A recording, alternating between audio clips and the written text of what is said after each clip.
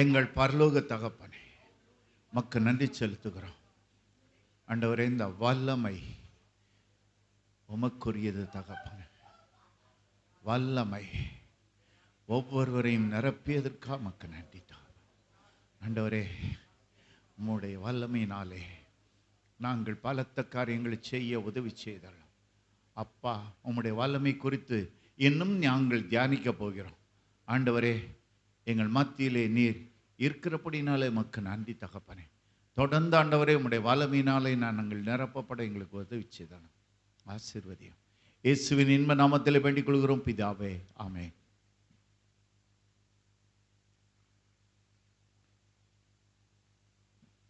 செப்பனியாவின் புஸ்தகம் 3ஆம் அதிகாரம் 17ஆம் வசனத்தில் பார்க்கிறோம். உன் தேவனாகிய கர்த்தர் உன் நடுவில் இருக்கிறார், அவர் வல்லமை உள்ளவர். உன் தேவனாகிய கர்த்தர் உன் நடுவில் இருக்கிறார், அவர் வல்லமை உள்ளவர். ஹல்லேலூயா. நம் நடுவில் இருக்கும் தேவனாகிய கர்த்தர் வல்லமை உள்ளவராக இன்றைக்கும் இருக்கிறார். இன்றைக்கும் இருக்கிறார். எரேமியா தீர்க்கதரிசியின் புஸ்தகம் 10ஆம் அதிகாரம் 6ஆம் வசனத்தில் பார்க்கிறோம். கர்த்தாவே, உமக்கு ஒப்பானவன் இல்லை, நீரே பெரியவர், உமது நாமமே வல்லமையில் பெரியது. இந்த உலகத்துல எத்தனையோ ஜனங்கள் உண்டு, எத்தனையோ பணக்காரர்கள் உண்டு, எத்தனையோ அதிபதிகள் உண்டு, எத்தனையோ பிரைம் மினிஸ்டர்ஸ் உண்டு. எல்லாவற்றுக்கும் மேலாக உமது நாமமே வல்லமையில் பெரியவர். உமக்கு ஒப்பானவன் இல்லை, நீரே பெரியவர். ஹல்லேலூயா. கர்த்தர் தான் பெரியவர். கர்த்தருடைய நாமமே வல்லமையில் பெரியது. எரேமியா 10:12 பார்க்கிறோம். அவரே பூமியை தம்முடைய வல்லமையினால் உண்டாக்கி, பூச்சக்கரத்தை தம்முடைய ஞானத்தினால் படைத்து, வானத்தை தம்முடைய அறிவினால் விரித்தார். அவர் சத்தமிடுகையில் வானத்திலே திரளான தண்ணீர் உண்டாகிறது. ஹல்லேலூயா. அவருடைய வார்த்தை குறித்து, அவருடைய நாமத்தை குறித்து, அவருடைய வல்லமையை குறித்து நீங்க நிறைய அந்த எரேமியா தீர்க்கதரிசியின் புஸ்தகம் 10ஆம் அதிகாரத்திலே நீங்கள் வாசித்து பார்க்கும் பொழுது, வீட்டில் சென்று வாசித்து பார்க்கும் பொழுது, அவை எல்லாவற்றையும் நீங்கள் அறிந்து கொள்வீர்கள். ஆண்டவருக்கு முன்பாக ஒரு மனிதனும் நிற்க முடியாது, ஒரு அதிபதியும் நிற்க முடியாது, யாரும் நாங்கள் பெரியவர்கள் என்று சொல்ல முடியாது. எந்த பிசாசின் வல்லமையும் ஆண்டவருக்கு முன்பாக நிற்கவே முடியாது. ஹல்லேலூயா. சங்கீதம் 62:11 பார்க்கிறோம். தேவன் ஒரு தரம் விளம்பினார், 2 தரம் கேட்டிருக்கிறேன், வல்லமை தேவனுடையது என்பதே. ஹல்லேலூயா. வல்லமை தேவனுடையது. இது எத்தனை தடவை வேணாலும் நாம் சொல்லிக்கொண்டே இருக்கலாம். வல்லமை ஒரே ஒருவருக்கு உரியவர், அது தேவாதி தேவனுக்குள்ளது. லூக்கா 6ஆம் அதிகாரம் 17-19 நீங்கள் வாசித்து பாருங்கள். அவரிடத்திலிருந்து வல்லமை புறப்பட்டு எல்லாரையும் குணமாக்கினபடியால் ஜனங்கள் யாவரும் அவரை தொடும்படிக்கு வகை தேடினார்கள். அவரிடத்திலிருந்து வல்லமை புறப்பட்டது. அவர் பிணியாளிகளையும் பிசாசில் அகப்பட்டவர்களையும் சொஸ்தமாக்கினார் என்று பார்க்கிறோம். லூக்கா 4ஆம் அதிகாரம் 33ஆம் வசனத்தில் பார்க்கிறோம். அவர் போய் ஒரு ஜெபாலயத்திலே நின்று பிரசங்கம் பண்ணுகிறார்.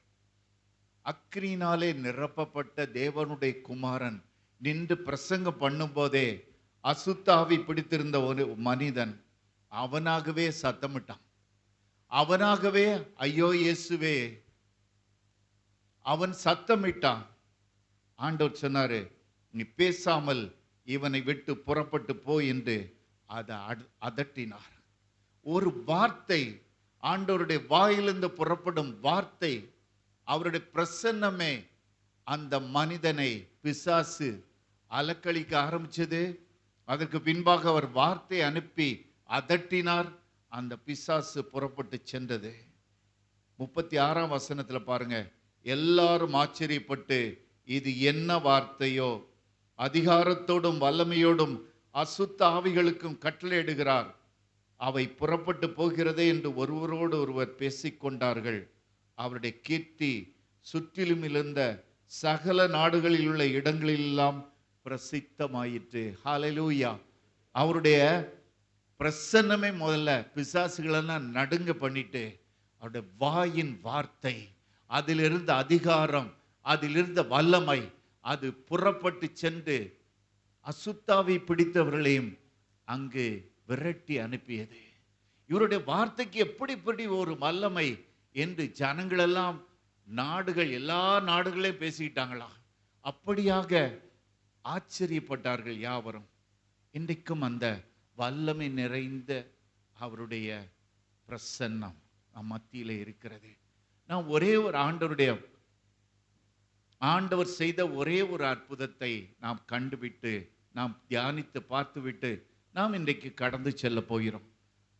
மார்க்கு 1ஆம் அதிகாரம் 40ஆம் வசனத்தில் நம்ம பார்க்கிறோம். குஷ்டரோகி ஒருவன் அவரிடத்தில் வந்து அவர் முன்பாக முழங்கால் படியிட்டு, உமக்கு சித்தமானால் என்னை சுத்தமாக்க உம்மால் ஆகும் என்றான். ஹல்லேலூயா.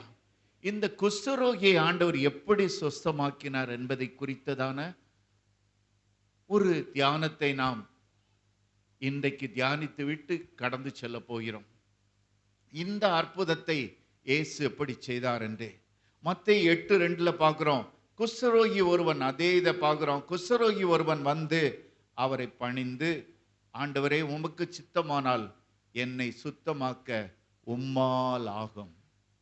ஹல்லேலூயா. இங்க பார்க்கிறோம் குஷ்டரோகி குறித்து. நீங்க யாராவது எடுத்தவங்க வாசிங்க. லேவியராகமம் 13:45-46.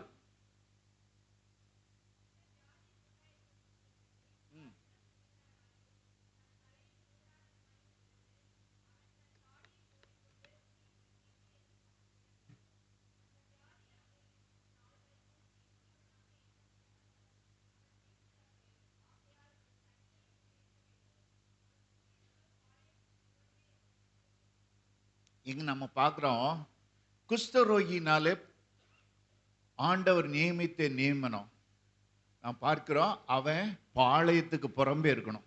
எல்லாரும் சிட்டிஸ்ல வாசம் பண்ணுவாங்க. ஆனா சிட்டியை விட்டு வெளியே அவன் தனியனாக கிடக்கணும். அவங்களுடைய வாழ்க்கையை பாருங்க. இரவெல்லாம் பனியா இருக்கும், பகலெல்லாம் உஷ்ணமா இருக்கும், தங்குறதுக்கே இடம் கிடையாது. எங்க போய் தண்ணி குடிப்பாங்க? யாரு சாப்பாடு கொண்டு வந்து, யாராவது அவங்க வீட்டில் உள்ளவங்க யாராவது விருப்பப்பட்டு சாப்பாடு கொண்டு வந்து கொடுத்து கேர் எடுத்தால் மட்டுமே அவனுக்கு சாப்பாடு. தண்ணி குடிக்கிறது கூட வழி இல்லை, தங்குவதற்கு வழிகள் கிடையாது. இரவும் பகலும் ஜனங்களை பார்த்தானாலே தீட்டு தீட்டுன்னு சத்தம் போடும். ஏன்னா பக்கத்துல யாரும் வந்துடக்கூடாது. அவன் நான் தீட்டானவன் அவன் அறிக்கை செய்து கொண்டே இருக்கணும். அப்படியாக ஒரு வியாதி பாருங்க. அவன் எப்பவுமே பாளையத்துக்கு புறம்பே, ஜனங்களை பார்க்கவே முடியாது. ஏனென்றால் இஸ்ரவேல் தேசம்லாம் ரொம்ப செழிப்பான நாட்கள் கிடையாது, செழிப்பான இடங்கள் கிடையாது. அங்கே அதாவது வனாந்திரம் அதிகம், பாலைவனம் அதிகம். ஆனா அதுல நிறைய மரங்கள்லாம் அந்த அளவு கிடையாது. ஒருவேளை அந்த சிட்டிஸை விட்டு வெளியே போனாலே அவங்க ரொம்ப கஷ்டப்படுற மாதிரி இருக்கும். ஆனா இந்த மனிதனை பாருங்க, வெளியே இருந்துதான் ஆகணும். யாரெல்லாம் குஷ்டரோகிகளோ அவங்கெல்லாம் பாளையத்துக்கு புறம்ப இருக்கணும். தீட்டுன்னு சத்தம் போட்டுக்கொண்டே இருக்க வேண்டும். ஜனங்களை பார்த்தாலே சத்தம் போடணும். அப்படியாக சாப்பாடு கூட வழி இல்லாத ஒரு வாழ்க்கை. அவர்களுக்கு அந்த நோய் வந்தாலே அது ஒரு சாபம். அந்த நோயினாலே மிகவும் கஷ்டப்படுவாங்க. அப்படிப்பட்ட ஒரு வாழ்க்கை. ஆனா ஒரு நாள் இயேசு அந்த பக்கம் வராரு. அந்த பக்கம் வந்துட்டு பாளையத்துக்கு வெளியே தான் அவர் இருக்கிறாரு. பாளையத்துக்கு புறம்பே இந்த குஷ்டரோகிகள்லாம் நிறைய பேர் இருக்காங்க. அதுல ஒரே ஒரு மனுஷன், ஒரு குஷ்டரோகி, அவன் முழுவதுமாக குஷ்டரோகி. அப்படிப்பட்ட ஒரு மனிதன் அவன் ஆண்டவரை தேடி வருகிறான். தூரத்தில் ஆண்டவர் பார்க்கிறான். கைகள் எல்லாம் ஒருவேளை கெட்டு போயிருக்கும், நாற்றம் எடுக்கும். கால்கள் அதை போல நிறைய பேர் நம்ம பார்த்துருக்கிறோம். கைகள் போயிரும், கால்களில் உள்ள விரல்லாம் போயிரும், கைகளில் உள்ள விரல் போயிரும். சரீரத்தில் கூட சதைகள் எல்லாம் அழுகி நாற்றம் எடுக்கும். எல்லா இடத்துலையும் கெட்டு போட்டிருப்பாங்க. அப்படிப்பட்ட ஒரு வாழ்க்கை, இந்த குஷ்டரோகம் மனிதனை அரித்து கொண்டே இருக்கும் ஒரு நோய். இந்த மனிதனை பாருங்க, ஆண்டவரை தேடி வருகிறான். அவரை எங்கே அவர் போயிட்டு இருக்காரோ அங்க ஓடி வருகிறான். ஓடி வந்து அவன் தன்னை தாழ்த்துவதை பார்க்க முடிகிறது. அவன் பார்க்கிறோம், அவன் அவர் முன்பாக முழங்கால் படியிட்டான், அவரை பணிந்து கொண்டான் என்று வேதத்திலே பார்க்கிறோம். அவருக்கு முன்பாக முழங்கால் போடுறான், அவரை பணிந்து கொள்கிறான். ஏனென்றால் இந்த வியாதி நீங்கும்படியாக இந்த இயேசுவை நான் ஒருவேளை பிடித்து கொண்டால் அவர் சொஸ்தமாக்க வல்லவராக இருக்கிறார். ஒருவேளை மற்ற இடங்கள்ல சொல்லியிருப்பாங்க, பேசியிருப்பாங்க, இவர் மரித்தோரை உயிரோடு எழுப்புகிறார், இந்த இயேசு என்று ஒருத்தர் வந்திருக்கிறார், இவர் ஒரு பெரிய தீர்க்கதரிசி, மரித்தோரை கூட உயிரோடு எழுப்புகிறார், அப்படிப்பட்ட ஒரு தீர்க்கதரிசியாக இருக்கிறார். இப்படியாக யாவரும் பேசிக்கொள்ள எப்படியாவது இந்த இயேசுவை காண வேண்டும், இவர் இந்த ஏரிய பக்கம் வந்துட்டார்னு இவரை விடக்கூடாது. அப்படியாக அவன் ஒவ்வொரு நாளும் தன்னை, அவனுடைய கண்கள் இயேசுவை காண ஆசை உள்ளதாக இருக்கிறது. எப்படியாவது இந்த நோய் குணமாக வேண்டும், எப்படியாவது இந்த நோய் குணமாக வேண்டும். அதனால அவன் முழங்கால் படியிட்டான், அவரை பணிந்து கொண்டான். தாழ்மையோடு அவனுடைய மனது இருக்கு, நான் ஒரு தீட்டுப்பட்டவன், ஆண்டவருக்கு முன்பாக அவர் பரிசுத்தர், அவருக்கு முன்பாக எப்படியாவது அவரை பணிந்து கொண்டு என்னுடைய விண்ணப்பத்தை நான் வைக்க வேண்டும். அதற்காக அவன் முழங்கால் படியிட்டு அவரை பணிந்து கொண்டான். சொல்றான், ஆண்டவரே என்று சொல்லுகிறான். ஆண்டவரே என்று முதல்ல அவன் அக்செப்ட் பண்ணிக்கொள்கிறான், ஆண்டவரிடத்திலே கெஞ்சுகிறான். ஆண்டவரே, அப்போ அவரிடம் கேட்கும் பொழுது அவனுக்கு தனக்கு தகுதி இல்லை, தனக்கு தகுதி இல்லை. அதனால ஆண்டவரை நோக்கி பார்த்தா நிச்சயமா நம்ம இதிலிருந்து விடுதலை கிடைப்பதற்கு நிறைய கிருபைகள் இருக்கு, நிறைய சான்சஸ் இருக்கு. எப்படியாவது கேட்போம். ஏனென்றால் மனிதன், குஷ்டரோகிகள் மனிதர்களிடம் பேசக்கூடாது. தூரத்தில் அவங்க பார்த்தாலும் தீட்டு தீட்டுன்னு சத்தம் போட்டான்னா அந்த ஆட்கள் போயிடுவாங்க. ஏனென்றால் இது ஒரு தொற்று வியாதி போல, ஒருவேளை தொற்றி படர்ந்து விடும், இல்லாவிட்டால் சந்ததிகளை கூட அது அவைகள் அழிக்கும். அப்படிப்பட்ட ஒரு வியாதி. அதனால பொதுவாக இந்த குஷ்டரோகிகளை ஏன் சாபம் பிடித்தவர்கள், ஏன் தீட்டுப்பட்டவங்க நினைக்காங்கன்னா, அவர்கள் பாவம் செய்ய செய்ய அந்த வியாதி அவர்களுக்குள்ளாக கடந்து வருகிறது. அவர்கள் பாவத்தினாலே அதற்கு அதிகமாக தங்களை அந்த பாவத்தினாலே ஈடுபடுத்தி கொள்ள இந்த வியாதி அவர்களுக்குள்ளாக கடந்து வருகிறது. அதனால தான் அவர்கள் தங்களை தீட்டுப்பட்டவர்கள், பாவிகள் என்று தங்களையே எப்பொழுதும் நொந்து கொள்வார்கள். இந்த மனிதன் பாருங்க, இவ்வளவு நாள் தான் அப்படி ஒரு வாழ்க்கை, எப்படியாவது இதிலிருந்து விடுதலை வரட்டும், அதற்காக ஒவ்வொரு நாளும் இயங்குகிறான். ஆண்டவரை நோக்கி ஓடி வருகிறான், பணிந்து கொள்ளுகிறான், ஆண்டவரே என்று கெஞ்சுகிறான். எப்படியாவது இந்த வியாதி நீங்கணும். அந்த நாள்ல பாருங்க, இந்த வியாதி ஹீல் பண்ணவே முடியாத வியாதி, இது கொடூரமான ஒரு வியாதி, பிள்ளைகளையும் பாதிக்கும் ஒரு வியாதி. அப்படிப்பட்ட ஒரு கொடுமையான வியாதி. இன்றைக்கு கூட நிறைய பேர் அப்படிப்பட்ட வியாதிகளினாலே பாதிக்கப்படுகிறாங்க, இறுதி வரை கஷ்டப்படுறாங்க. ஒரு விஷயம், நான் அண்ணா யூனிவர்சிட்டியில் இருக்கும்போது ஆடிட்டுக்காக ஒரு இடத்துக்கு சென்றிருந்தேன். அப்பொழுது ஒரு பெரிய ஆர்கனைசேஷன், ஒரு பெரிய இன்ஜினியரிங் காலேஜ், அதிலே இருந்தவர் ஒரு பெரிய ப்ரொஃபஸர். அவர் சொன்னார், ஐயா இந்த இன்ஸ்டிடியூஷன் இவ்வளோ பெருசாக இருக்கு, பெரிய ஏக்கர், நிறைய ஏக்கர்ஸ் இடம். அப்போ அவர் சொன்னார், இந்த இடத்தை ஃபுல்லாக கொடுத்தவர் ஒரு பெரிய பணக்காரன். அவருக்கு இருக்கும் சொத்துகளுக்கு அளவே இல்லை. இத பிள்ளைகளெல்லாம் ஃப்ரீயா படிக்கட்டும்னு சொல்லி ஃப்ரீயா கொடுத்தாரு. கவர்மெண்ட்டுக்கு அவ்வளோத்தையும் எழுதி கொடுத்தார். அவ்வளோ பெரிய இடம். ஆனா அவர் சொன்னாரு, அவருக்கு ஒரு கொடுமையான வியாதி வந்துட்டு, இந்த குஷ்டரோகம் என்கிற வியாதி. இந்த வியாதினாலே கஷ்டப்பட்டார். உண்மையிலே எவ்வளோ வசதிகள், எவ்வளோ இண்டஸ்ட்ரீஸ், எவ்வளோ காரியங்கள் உண்டு. ஆனால் இந்த வியாதி அவரை பிடித்து கொண்டது. பாருங்க என்ன நடந்ததுன்னு.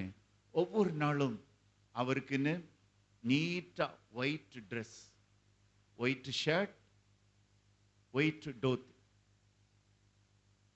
வேஷ்டி, வெள்ளை வேஷ்டி, வெள்ளை சட்டை, இது ஒவ்வொரு நாளும் புதிதாக அவருக்கு கொடுக்கப்படும். அதை காலையிலே அவர் அணிந்து கொள்வார். தன்னுடைய வேலைகள் எல்லாம் கவனிப்பார். பிறகு ஈவினிங் பாருங்க,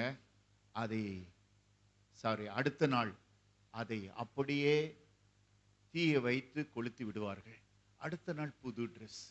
இப்படியாக அவருடைய வாழ்க்கை கடைசி வரைக்கும் கடந்து சென்றது. மரணம் அடையும் வரைக்கும் எவ்வளவோ டாக்டர்ஸ், பிரசித்தி பெற்ற டாக்டர்ஸ் எல்லாம் போய் எல்லாம் பிரசித்தி பெற்ற ஹாஸ்பிட்டல்ஸ் எல்லாம் போய் ட்ரீட்மெண்ட் எடுத்து பார்த்தார் ஐயா. ஆனா கடைசியில அவர் மரிக்கும் போதும் இந்த வியாதியோடையே மரித்து போனார் என்று சொன்னார். இந்த வியாதி, குஷ்ட ரோகம் என்பது ஒரு கொடுமையான வியாதி. அதனால அப்படிப்பட்ட ஒரு வியாதியிலிருந்து ஒரு மனிதன் தான் கண்டிப்பாக விடுதலையாக வேண்டும் என்று விரும்பினான். பாருங்க, அவன் சொல்றான், என்னை சுத்தமாக்க உம்மால் ஆகும். அவன் சொல்றான், என்னை சுத்தமாக்க உம்மால் ஆகும். குஷ்டரோகம் என்பது ஒரு கொடுமையான வியாதி. அதிலிருந்து சுகம் கிடைக்கிறது கஷ்டம். ஏனென்றால் ஆண்டவர் சொன்னாரு, எலிசா தீர்க்கதரிசி அவன் காலத்துல நாகமான் ஒருத்தன் மட்டும்தான் சுகப்படுத்த முடிந்தது குஷ்டரோகத்திலிருந்து. குஷ்டரோகிகள் நிறைய இருந்தாங்க, ஆனா ஒரே ஒரு மனுஷன்தான் சொஸ்தமாக்கப்பட்டான் என்று ஆண்டவர் சொன்னார்.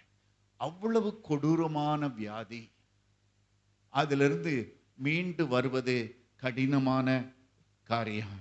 ஏனென்றால் இந்த வியாதி என்றாலே சாபம், இந்த வியாதி என்றாலே பாவம் என்று ஜனங்கள் எல்லாம் நினைத்த நாட்கள். ஆனா அவருக்கு இந்த மனிதன் மட்டும் பிதாவை குறித்து அறிஞ்சிருந்தான். ஆண்டவரை குறித்து அவன் அறிந்திருந்தான். மத்தேயு 7:11 பார்க்கிறோம், பரலோகத்தில் இருக்கிற உங்கள் பிதாவானவர் தம்மிடத்தில் வேண்டிக் கொள்ளுகிறவர்களுக்கு நன்மையானவைகளை கொடுப்பது அதிக நிச்சயம் அல்லவா. பிதாவை குறித்து அவன் கேள்விப்பட்டிருந்தான். இவர் நன்மைகளை செய்கிறவர். ஹல்லேலூயா. இவர் நன்மைகளை செய்கிறவர் அதிக நிச்சயம் அல்லவா என்று வேதத்திலே பார்க்கிறோமே. அப்படியாக பிதா எப்படியும் நன்மை செய்கிறவர் தான். அவற்றை கொஞ்சம் கேட்டு பார்ப்போம். இன்னொன்னு பாருங்க, மத்தேயு 5:45, உங்கள் பிதா தீயோர் மேலும் நல்லோர் மேலும் தமது சூரியனை உதிக்க பண்ணி நீதியுள்ளவர்கள் மேலும் அநீதி உள்ளவர்கள் மேலும் மழையை பெய்ய பண்ணுகிறார். ஹல்லேலூயா. ஏன்னா பாருங்க, நீதி உள்ளவர்கள் மேலேயும் அவர் பிரியமா இருக்கிறாரு, அநீதி உள்ளவர்கள் மேலேயும் மழையை பெய்ய பண்ணுகிறார். மழை பெய்யும் போது ஒரு மனிதன் நீதிமான், அவனுக்காக மழையை கொடுக்க மாட்டாரு. இவனுக்கு பெய்யும் அவனுக்கு பெய்யாம இருக்குன்னு இல்லை, எல்லா மனிதர்களுக்கும் நன்மை செய்யும்படியாக பிதாவானவர் மழையை கொடுக்கிற தேவனாக இருக்கிறார். அது மட்டுமல்ல, நல்லோர் மேலும் தீயோர் மேலும் தம்முடைய சூரியன் இவனுக்கு தான் ஒதுக்கி இவனுக்கு இருளா இருக்கும்னு சொல்ல முடியாது. ஒவ்வொரு நாளும் சூரியனை ஒதுக்க பண்ணுகிறார், நல்லோர் மேலும் தீயோர் மேலும். அப்பதான் இவன் யோசித்து பார்க்கிறான், பாவத்தினாலே தான் இந்த வியாதி வந்தது, ஆனா தேவன் எனக்கு நன்மை செய்ய வல்லவராய் இருக்கிறார். அவர் தீயோருக்கு நன்மை செய்கிறவன், அவர் அநீதி உள்ளவர்களுக்கும் அவர் நன்மை செய்கிறவர். அதனால நான் ஒரு விஷயம் அவர்கிட்ட கேட்டு பார்க்கிறேன், இவர் நிச்சயமாக எனக்கு இறங்குவார் என்று நம்புகிறேன். நடக்காத ஒரு காரியம்தான். ஆனால் அவன் தேவனால் எல்லாம் கூடும் என்று விசுவாசித்தான். ஹல்லேலூயா. இன்றைக்கு கூட நம்முடைய வாழ்க்கையில் அற்புதம் நடக்கிற சான்ஸே கிடையாது. இது இப்படி நடக்கிறதுக்கு ஏதுவே கிடையாது என்று நீங்கள் நினைத்திருக்கலாம். டாக்டர் சொல்லியிருப்பாங்க, மற்றவங்க சொல்லியிருப்பாங்க, இது நடக்காது, இது முடியவே முடியாது. ஆனால் நீ விசுவாசித்தால் தேவனுடைய மகிமையை காண்பாய். ஹல்லேலூயா. அதனால தான் அவன் சொன்னான், என்னை சுத்தமாக்க உம்மால் ஆகும். ஹல்லேலூயா. ஆண்டவர்கிட்ட சொல்றான், என்னை சுத்தமாக்க உம்மால் ஆகும். நீங்க கூட ஆண்டவர்கிட்ட அறிக்கை பண்ணலாம், ஆண்டவரே இந்த சிச்சுவேஷன்லாம் இப்படி எல்லாம் இருக்குது, ஆனால் உம்மால் எல்லாம் கூடும். அவன் அறிக்கை செய்தான். அவன் ஒருவேளை அவன் நினைச்சிருக்கலாம், இது முடியுமா முடியாதா, இதுவரைக்கும் அப்படி நடக்கலையே, எப்படி பண்ண போறாரோ. அப்படி அல்ல. தேவனால் எல்லாம் கூடும். தேவனால் எல்லாம் கூடும். என்னை சுத்தமாக்க உம்மால் ஆகும். அறிக்கை செய்தான். இயேசு குஷ்டரோகம் நீக்க வல்லமையுடையவர், அவராலே எல்லாம் கூடும். ஹல்லேலூயா. இதே அறிக்கை செய்தான். இன்றைக்கும் யார் எப்படி சொன்னாலும் சரி, நீங்கள் அறிக்கை பண்ணிக்கொண்டே இருங்கள். ஆண்டவரே, உம்மாலே கூடாத காரியமில்லை, உமக்கு எல்லாம் கூடும், உமக்கு எல்லாம் கூடும். வேதம் சொல்கிறது, நம்முடைய விசுவாசமே உலகத்தை ஜெயிக்கிற ஜெயம். ஹல்லேலூயா. முடியாதவைகளை முடிய பண்ணுகிறவர் நம்முடைய தேவாதி தேவன். அவருக்கு எல்லாவற்றையும் நடத்த வல்லமை உண்டு. ஹல்லேலூயா. செங்கடலை பிளந்தவர், யோர்தான் நதியை பிளந்தவர், உங்களுக்கு சின்ன அற்புதத்தை செய்ய முடியாதா? நிச்சயமாகவே அறிக்கை செய்து கொண்டே இருங்கள். இந்த குஷ்டரோகி நினைச்சான், நான் பாவம் செஞ்சவன் தான், நான் அக்கிரமம் பண்ணவன் தான், ஆனா ஆண்டவராலே கூடாத காரியம் இல்லை. தேவனாய் என்னை சுத்தமாக்க உம்மால் ஆகும். லூக்கா 18:35-43 பாருங்க. அங்க ஒரு குருடன் இருக்கான். அந்த குருடன், அவன் பிச்சை எடுத்துக்கிட்டு இருக்கான், கண்கள்லாம் மூடி இருக்குது. ஆனா ஜனங்கள் எரிகோ ரோட்ல போயிட்டு இருக்காங்க. போன உடனே யார் போறான்னு விசாரிக்கிறான். அப்போ இயேசு போறாருப்பா. இயேசுவா? அவர் தாவீதின் குமாரன் அல்லவா? அவர் அநேகருக்கு அற்புதங்களை செய்திருக்கிறார் அல்லவா? நான் இன்னைக்கு அவரை விடவே மாட்டேன். அப்பொழுது சொல்றான், ஆண்டவரை நோக்கி, இயேசுவே, தாவீதின் குமாரனே, எனக்கு இரங்கும். ஜனங்கள்லாம் பின்னால உள்ளவங்க, சீஷர்கள், மற்றவங்க எல்லாரும் திட்டுறாங்க, எப்பா வாயை மூடுப்பா, பேசாம இரு. அவனுக்கு தெரியும், இந்த ஒரு சான்ஸை விட்டா ஜீசஸ் ஒருவேளை ஒரு நாள் பார்க்க முடியாம போயிடும். இந்த சான்ஸை விட்டுறவே கூடாது. அவர் சமீபமாய் இருக்கையில் அவரை நீங்கள் பற்றி கொள்ள வேண்டும். சமீபமாய் இருக்கையில் அவரை தேட வேண்டும். அப்படித்தான் இவருக்கு ஆண்டவர் பக்கத்துல, ஏன்னா மற்ற ஏதாவது எயில்மெண்ட்ஸ் இருந்துன்னா அவர் போற இடம்லாம் போகலாம். ஆனா இந்த குருடனா இருக்கிறவன் எவ்வளவு தூரம் எங்கெல்லாம் போக முடியும்? யாராவது கூட்டு தான் போகணும், அவங்க விருப்பப்படணும். அப்படியாக அவனுடைய சூழ்நிலை. ஆனா அவன் இந்த கிடைச்ச சான்ஸை விடக்கூடாது. ஆண்டவர்கிட்ட நோக்கி கூப்பிட ஆரம்பிச்சான். ஆண்டவரே, தாவீதின் குமாரனே, இயேசுவே, எனக்கு இரங்கும், இரங்கும், இரங்கும் கூப்பிட்டுட்டே இருந்தான். எல்லாரும் அதட்டி பார்த்தாங்க. முன்னிலும் அதிகமாய் சத்தமிட்டான். ஹல்லேலூயா. விட்டல ஆண்டவரே. நாமும் கூட நம்முடைய வாழ்க்கையில பிரச்சனைகள் வரும் பொழுது கூப்பிட்டு கொண்டே இருங்கள். ஹல்லேலூயா. அவருடைய கை குறுகவில்லை, அவருடைய செவிகள் மந்தமாகி போகவில்லை. ஹல்லேலூயா. ஏனென்றால் அவர் ஜீவனுள்ள தேவன். நீங்க கூப்பிட கூப்பிட அவர் ஓடிக்கொண்டிருக்கிற தேவன் அல்ல. அவர் என்ன செய்தார் தெரியுமா? அந்த சத்தத்தை கேட்டோடனே நின்றார். அவருடைய மனதுருக்கம் பாய்ந்து சென்றது. அவர் கேட்டாரு, எப்பா, நான் உனக்கு என்ன செய்யணும்னு விரும்புறப்பா? நான் என்ன செய்யணும்னு நீ விரும்புகிறாய்? நான் உனக்கு என்ன செய்யணும்? ஏனென்றால் அவரால் எல்லாம் கூடும். அதனால என்ன விண்ணப்பமோ என்ன வேண்டுதலோ நாம் அவரிடத்தில் வைக்கும் பொழுது அவரால் கூடாத காரியம் ஒன்றுமே இல்லை. நம்ம கூப்பிட்டு கொண்டே இருக்க வேண்டும், விடக்கூடாது. நிறைய சிச்சுவேஷன்ஸ் வரும், சத்தம் போட விடாம நம்மளை தடுக்கும். கவலைகள் வரும், நெருக்கங்கள் வரும், வீட்டில் போராட்டங்கள் வரும். எல்லாவற்றின் மத்தியிலும் அவரை கூப்பிடுவதை நிப்பாட்டவே கூடாது, கூப்பிட்டு கொண்டே இருக்கணும். இந்த அற்புதங்களின் தேவன் நம்முடைய பொறுமையை பார்ப்பாரு, நம்முடைய விசுவாசத்தை பார்ப்பாரு. அவர் இறங்குகிற தேவன். ஹல்லேலூயா. நான் உனக்கு என்ன செய்யணும்னு சொல்றேன். அப்போ அவன் கேட்குறான், ஆண்டவரே எனக்கு வேற ஒன்றும் வேண்டாம், நான் பார்வை அடைய வேண்டும், நான் பார்வை அடைய வேண்டும் ஆண்டவரே, இது மட்டும்தான். ஆண்டவர் சொல்றாரு, நீ பார்வை அடைவாயாக. ஹல்லேலூயா.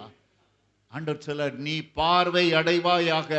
அவருடைய வாயிலிருந்து புறப்பட்ட வல்லமையின் வார்த்தைகள் அவனுக்குள்ளாக கடந்து சென்றது. உடனே அவன் பார்வை அடைந்தான். ஆண்டவர் சொன்னாரு, உன் விசுவாசம் உன்னை ரட்சித்தது. ஹல்லேலூயா. இன்னைக்கு விசுவாசம் தான் நமக்குள்ளாக குன்றி போய் கிடக்குது. இதை ஆண்டவரால் செய்ய முடியுமோ? டாக்டர்ஸ் எல்லாம் சொல்லிட்டாங்க முடியாதுன்னு. ஆனா இதை ஆண்டவர் செய்ய முடியுமா? மற்றவங்க சொல்லிட்டாங்க இது முடியாதுன்னே சொல்லிட்டாங்க, இது செய்ய முடியுமா? இப்படியாக நம்ம குழப்பிக் கொண்டு இருக்கிறோம். ஆனால் அன்றைக்கு ஆண்டவர் சொன்னாரு, உன் விசுவாசம் உன்னை ரட்சித்தது. விசுவாசத்தோட நீ கூப்பிட்டல்லப்பா, உன்னுடைய விசுவாசம் உன்னை ரட்சித்தது. ஆண்டவர் சமீபமா இருக்கும்போது கூப்பிட்டு கொண்டே இருங்கள், விடாதீங்க. எந்த ப்ராப்ளத்துக்கும் சொல்யூஷன் ஒரே ஒருவர் மட்டுமே. நம்ம மற்றவங்களெல்லாம் நம்பி பிரயோஜனம் இல்லை, இந்த சொல்யூஷனை கொடுக்கிறவர் ஒருவர் மட்டுமே. நம்ம முயற்சி பண்ணி கொண்டே இருக்க வேண்டும், விடாம கூப்பிட்டு கொண்டே இருக்க வேண்டும். உன் விசுவாசம் உன்னை ரட்சித்தது. ஹல்லேலூயா. உன் விசுவாசம் உன்னை ரட்சித்தது. உங்க பிள்ளைகளுக்காக அதிகமாக நீங்க செபித்து கொண்டே இருக்கலாம். அவன் ஆப்போசிட் சைடில் போயிட்டே இருப்பான். நம்ம ஜெபம் பண்ண அடுத்த சைடு போயிட்டு இருப்பான், இன்னும் பாவத்துக்குள்ள போகலாம். ஆனால் கர்த்தர் என்ன செய்வார்? நம்ம அவரை நோக்கி கூப்பிடும்போது நிச்சயமாகவே பதில் கொடுக்கிற தேவனாக இருக்கிறார். ஹல்லேலூயா. நிச்சயமாகவே நமக்கு பதில் கொடுக்கிற தேவனாக இருக்கிறார். நீங்க எதற்காக செபிக்கிறீர்களோ அது உங்களுக்கு நிறைவேறும்படி கர்த்தர் உங்களுக்கு கொடுக்கிற தேவனாக இருக்கிறார், அற்புதம் செய்கிற தேவனாக இருக்கிறார். நீங்க இங்க பாருங்க, அந்த குருடன் அவன் பார்வை அடைந்து தேவனை மைமைப்படுத்தி கொண்டே அவருக்கு பின் சென்றான். ஹல்லேலூயா. அவனுடைய வாழ்க்கையில பாருங்க, ஒரு பக்கம் பார்வை கிடைச்சது, இன்னொரு பக்கம் இயேசுவின் சீஷனா பர்திமை பின்னால ஓடுகிறான். ஹல்லேலூயா. வீட்டுக்கு போகல, வீட்டில் உள்ளவங்க எல்லாம் எப்படி இருக்காங்கன்னு பார்க்க போகல. எனக்கு பார்வை கொடுத்த இயேசுவை நான் பின்பற்றி ஓடுவேன். ஹல்லேலூயா. அப்படி ஒரு அன்போடு அவர் பின்னால ஓட ஆரம்பிச்சான். வீட்டில் மற்றவங்களுக்கெல்லாம் போய் சொல்லல, மற்ற ஜனங்களுக்கு போய் சொல்லல, நான் இயேசுவை பின்பற்றி ஓடுவேன். அப்படியாக பின்னால ஓடினான். இன்றைக்கும் நீ விசுவாசிக்கும் பொழுது, நீ விசுவாசித்தால் தேவனுடைய மகிமையை காண்பாய். உன்னுடைய வாழ்க்கையில முடியாத காரியங்கள் உண்டு, சாத்தியமே இல்லைங்கிற காரியங்கள் உண்டு. ஆனால் நீ விசுவாசிக்கும் பொழுது தேவனால் கூடாத காரியம் ஒன்றுமில்லை. இவன் பாருங்க, என்னை சுத்தமாக்க உம்மால் ஆகும். ஹல்லேலூயா. அதை அறிக்கை பண்ணிக்கிட்டே இருந்தான். என்னை சுத்தமாக்க உம்மால் ஆகும். இவ்வளவு பெரிய நோய் தான். ஆனா எத்தனை பேர் அதே நோயில தான் செத்து போனாங்க. எவ்வளோ ரிப்போர்ட்ஸ் அதை குறித்து தான் இருக்குது.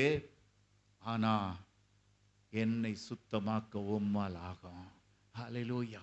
என்னை போல நோய் உள்ளவங்க, என்னை போல குறைவுகள் உள்ளவங்க, அவங்க இப்படியே தான் இருந்து இப்படியே தான் போயிடுவாங்க.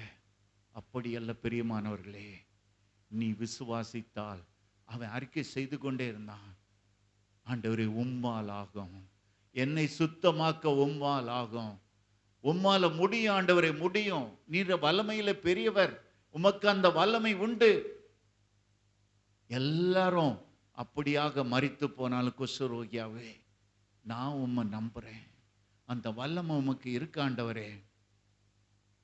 அறிக்கை பண்ணிக்கொண்டே நாமும் இருப்போம். ஆண்டவரே, உலகத்தாரால கூடாத காரியமா இருந்தாலும் உம்மாலே கூடும், உம்மாலே ஆகும். ஆண்டவரே, உமக்கு அது சித்தமானதுதான் தகப்பனே. உம்மாலே கூடாத காரியம் ஒன்றுமில்லை, உமக்கு அதற்கு வல்லமை இருக்கிறது. அறிக்கை செய்து கொண்டே இருப்போம். இன்னொன்னு அவன் சொல்றான், உமக்கு சித்தமானால், உமக்கு சித்தமானால். இந்த இயேசுவின் குணமாக்குதலை பாருங்க, குணமாக்குதலின் வல்லமை குறித்து சிலருக்கு சந்தேகம் இருக்கு. ஆண்டவரால் அதெல்லாம் முடியாதுப்பா, டாக்டர்ஸ் எவ்வளோ பேர் ஸ்பெஷலிஸ்ட்லாம் போயிட்டு வந்துட்டேன், அவங்களாலே முடியாதுன்ட்டாங்க, ஜீசஸ் உடனே ஒரு வார்த்தை சொன்னால் சரியா போகுமா, இப்படி சிலர் சந்தேகப்படுவாங்க. ஆனால் அநேகருக்கு என்ன தெரியுமா, ஆண்டவருக்கு குணமாக்குவதில் விருப்பம் இருக்கா, அவர் சித்தம் உள்ளவரா, என்ன குணமாக்க அவருக்கு சித்தம் உள்ளவரா. இவன் சொல்லிட்டான், உம்மால எல்லாம் ஆகுன்னு சொல்லிட்டான், என்னை சுத்தமாக்க உம்மால ஆகுன்னு சொல்லிட்டான். ஆனா குணமாக்க அவருக்கு விருப்பம் இருக்கா. நான் ஒரு பாவி, நான் ஆண்டவரையே தேடாதவா, இதுவரைக்கும் ஆண்டவருக்கு பிரியமில்லாதவா, பிரியமில்லாதவன் என்ன ஆண்டவர் குணப்படுத்துவாரா, எனக்கு இதிலிருந்து ஒரு விடுதலையை கொடுப்பாரா. அநேகருக்கு ஆண்டவர் மேல சந்தேகம். ஆனா சிலர் பாருங்க சொல்லுவாங்க, இயேசு அந்த நாட்களை நிறைய பேர் அவிசுவாசிகளை பாருங்க, அவங்க சொல்றதெல்லாம் இதான், இது பைபிள், இது வாசிக்கிறதுக்காக கொடுக்கப்பட்ட ஒரு புக்கு. இந்த பைபிள்ல இயேசு அன்னைக்கு அற்புதத்தை செய்தார், இயேசு மரித்தோரை உயிரோடு எழுப்பினார், இயேசு இப்படி குணமாக்கினார், எல்லாம் உண்மைதாங்க. அவர் அந்த நாட்கள்ல பண்ணாரு. அவர் தாவீதின் குமாரனா இருந்தாரு, தேவ குமாரனா இருந்தாரு, அந்த நாட்கள்ல அற்புதத்தை செய்தாரு. ஆனா இந்த நாளிலே அவர் செய்கிறாரா, செய்ய முடியுமா, அந்த வல்லம் அவருக்கு இருக்குதா? அப்படியாக அதையெல்லாம் அவர்களுக்கு இன்று தம்முடைய பிள்ளைகளுக்கு நன்மையான செய்ததுக்கு அவருக்கு அன்பு இருக்குதா? அவர் பரலோகத்துக்கு போயிட்டார், உயிர்த்தெழுந்தார், பரலோகத்துக்கு போயிட்டாரு, அவர் இனிமே நமக்கு செய்வாரா? இப்படி அநேகருக்கு சந்தேகம் உண்டு. இவனையும் பாருங்க, ஆண்டவரே உம்மால் ஆகும், என்ன சுத்தமாக்க உம்மால ஆகும், ஆனா உமக்கு சித்தமானால், என்ன சுத்தமாக்க உம்மால முடியும்பா, ஆனா உமக்கு சுத்தம் இருக்கா? இந்த பாவியாகி என் மேல என்னுடைய நோயை குணமாக்க உமக்கு விருப்பம் இருக்குதாப்பா? மார்க்கு 9ஆம் அதிகாரத்துல ஒரு இன்சிடென்ட், 17 இருந்து 27 வரைக்கும் நம்ம ஒரு இன்சிடென்ட்டை பார்க்குறோம். அசுத்தாவி பிடிச்ச ஒரு குமாரனை தகப்பன் கூட்டி கொண்டு வருகிறார். அவனை சீஷர்களெல்லாம் காமிக்கிறான், அவர்களால குணப்படுத்த முடியல. அவன் சொல்றான், தீயினாலும் தீயிலையும் தண்ணீர்லையும் இந்த அசுத்தாவி என் பிள்ளைய தள்ளிட்டுது. ஆண்டவர்கிட்ட சொல்றான், நீர் ஏதாகிலும் செய்யக்கூடுமானால் எங்கள் மேல் மனதிறங்கி எங்களுக்கு உதவி செய்ய வேண்டும். ஹல்லேலூயா. இன்னைக்கு நம்ம அந்த தகப்பனை போல நம்ம தாழ்த்தும் பொழுது, நமக்கு தேவையானதை நம்ம கேட்கறதுக்கு ஆண்டவர்கிட்ட தாழ்த்தி நாம் ஜெபிக்கும் பொழுது ஆண்டவர் நமக்கு இறங்குகிற தேவன். அவன் பாருங்க, ஆனா சந்தேகத்தோட கேட்கிறான், நீர் ஏதாகிலும் செய்யக்கூடுமானால் எங்க மேல மனதிறங்கி எங்களுக்கு உதவி செய்ய வேணும். செய்யக்கூடுமானால் அவன் கேட்டு பார்க்குறான், உம்மால கூடுமா ஆண்டவரே? ஏன்னா அவங்க சீஷர்கள் எல்லாம் அவங்க எல்லாருக்கும் ஜெபம் பண்றாங்க, எல்லாம் நடந்தது. ஆனா எனக்கு என் பிள்ளைக்கு ஜெபம் பண்ணாங்க, நடக்கல. ஆண்டவரே எப்படியாவது மனதிறங்கி என் பிள்ளைக்கு உதவி செய்யுங்கப்பா. அப்பதான் ஆண்டவர் சொல்றாரு, நீ விசுவாசிக்க கூடுமானால் ஆகும், விசுவாசிக்கிறவனுக்கு எல்லாம் கூடும். ஹல்லேலூயா. விசுவாசிக்கிறவனுக்கு எல்லாம் கூடும். விசுவாசிக்கிறவனுக்கு நீ விசுவாசிக்க கூடுமானால் ஆகும். நம்ம விசுவாசத்துல தளர்ந்து போய்விடுகிறோம். நம்ம அறிக்கை பண்ணுவோம், எல்லாம் பண்ணுவோம், ஆனா நமக்கு விசுவாசம் இல்லாமல் அநேக வேளைகளில் போயிருது. மற்றவர்களாலே சரி பண்ண முடியல, ஆண்டவரால் எப்படி செய்ய முடியும்? இந்த சாபத்திலிருந்து எங்களை யார் விடுதலை ஆக்குவார்? ஆண்டவரே எப்படி முடியும்? இவனுக்கெல்லாம் இப்படிலாம் நடந்திருக்கே, எப்படி எங்களால முடியும் ஆண்டவரே? நீ விசுவாசிக்க கூடுமானால் ஆகும். ஹல்லேலூயா. விசுவாசிக்க கூடுமானால் ஆகும். விசுவாசிக்கிறவனுக்கு எல்லாம். சில ஐட்டம் தான் கூடும்னு ஆண்டவர் சொன்னாரா? விசுவாசிக்கிறவனுக்கு கொஞ்சம் அது மட்டும்தான் ஆகும்னு சொன்னாரா? இல்லை, விசுவாசிக்கிறவனுக்கு எல்லாம் கூடும். ஹல்லேலூயா. எல்லாம் கூடும், எல்லாம் கூடும். நம்ம விசுவாசிக்க விசுவாசிக்க நமக்கு எல்லாம் கூடும்படி கர்த்தர் உதவி செய்வார். ஆனால் அவன் சொன்னான், விசுவாசிக்கிறேன் ஆண்டவரே, விசுவாசிக்கிறேன் ஆண்டவரே, என் அவிசுவாசம் நீங்கும்படி நீர் உதவி செய்தலாம். ஹல்லேலூயா. ஏனென்றால் விசுவாசத்தை துவக்குறவரும் அவர்தான், முடிக்கிறவரும் அவர்தான். விசுவாசத்தை நமக்குள்ளாக வைப்பவரும் அவர்தான். விசுவாசனாலே ஆண்டவருடைய கரத்திலும் இருக்கு, நம்முடைய பொறுப்பிலும் இருக்கு, ஆண்டவருடைய கரத்திலும் இருக்கு. அப்போ அவன் கேட்குறான், ஆண்டவரே எனக்கு விசுவாசம் இல்லையே, எங்கெல்லாமா நான் போய் சிகிச்சை பெற்றுட்டு பார்த்தேன் ஆண்டவரே, சின்ன வயசுலேருந்து அந்த பிள்ளை கஷ்டப்படுது, எங்கெல்லாமா போயிட்டேன், போகாத இடமே இல்லை. இப்பொழுதும் தகப்பனே, என் அவிசுவாசம் நீங்கும்படி நீர் எனக்கு உதவி செய்யணும்னு கண்ணீரோடே விண்ணப்பம் பண்ணினான். கண்ணீரோடே சத்தமிட்டு சொன்னான், ஆண்டவர்கிட்ட கெஞ்சினான், ஆண்டவரே என் அவிசுவாசம் எனக்குள்ளே இல்லாதபடிக்கு நீங்கும்படி நீர் உதவி செய். இன்னைக்கு கூட நமக்கு அநேகருக்கு விசுவாசம் இல்லாத ஒரு வாழ்க்கை. இனிமே அவ்வளவுதான், இனிமே இதோட முடிஞ்சது, இப்படித்தான் நம்முடைய வாழ்க்கை அமையும் என்று நினையாதபடிக்கு ஆண்டவரே நான் விசுவாசிக்கிறேன், விசுவாசிக்கிறவனுக்கு எல்லாம் கூடும் என்று சொன்னீரே, ஆண்டவரே நான் விசுவாசிக்கிறேன், இப்படிலாம் நடக்க வேண்டும் என்று நான் எதிர்பார்த்து காத்திருக்கிறேன். அன்றைக்கு அந்த பையனுடைய தகப்பன் சொன்னா, ஆண்டவரே என் அவிசுவாசம் நீங்கும்படி நீர் உதவி செய்யுங்க. நான் விசுவாசத்தோடு வந்திருக்கேன்ப்பா, இங்க உம்மிடத்துல பிரேயர் பண்ண வந்திருக்கிறேன், ஆனா கூட எனக்குள்ளாக அவிசுவாசம் இருக்கு. முடியுமா முடியாதா? இவராலே கூடுமா கூடாதா? இவருக்கு விருப்பம் இருக்குமா? விசுவாச துரத்தி விட அவர் விரும்புவாரா? சித்தம் உண்டா? ஒவ்வொன்றையா யோசி அவன் விசுவாசத்திலே குன்றி போயிருந்தான். ஆனா ஆண்டவர் சொன்னாரே, நீ விசுவாசிக்க கூடுமானால் ஆகும். விசுவாசிக்கிறவனுக்கு எல்லாம் கூடும்.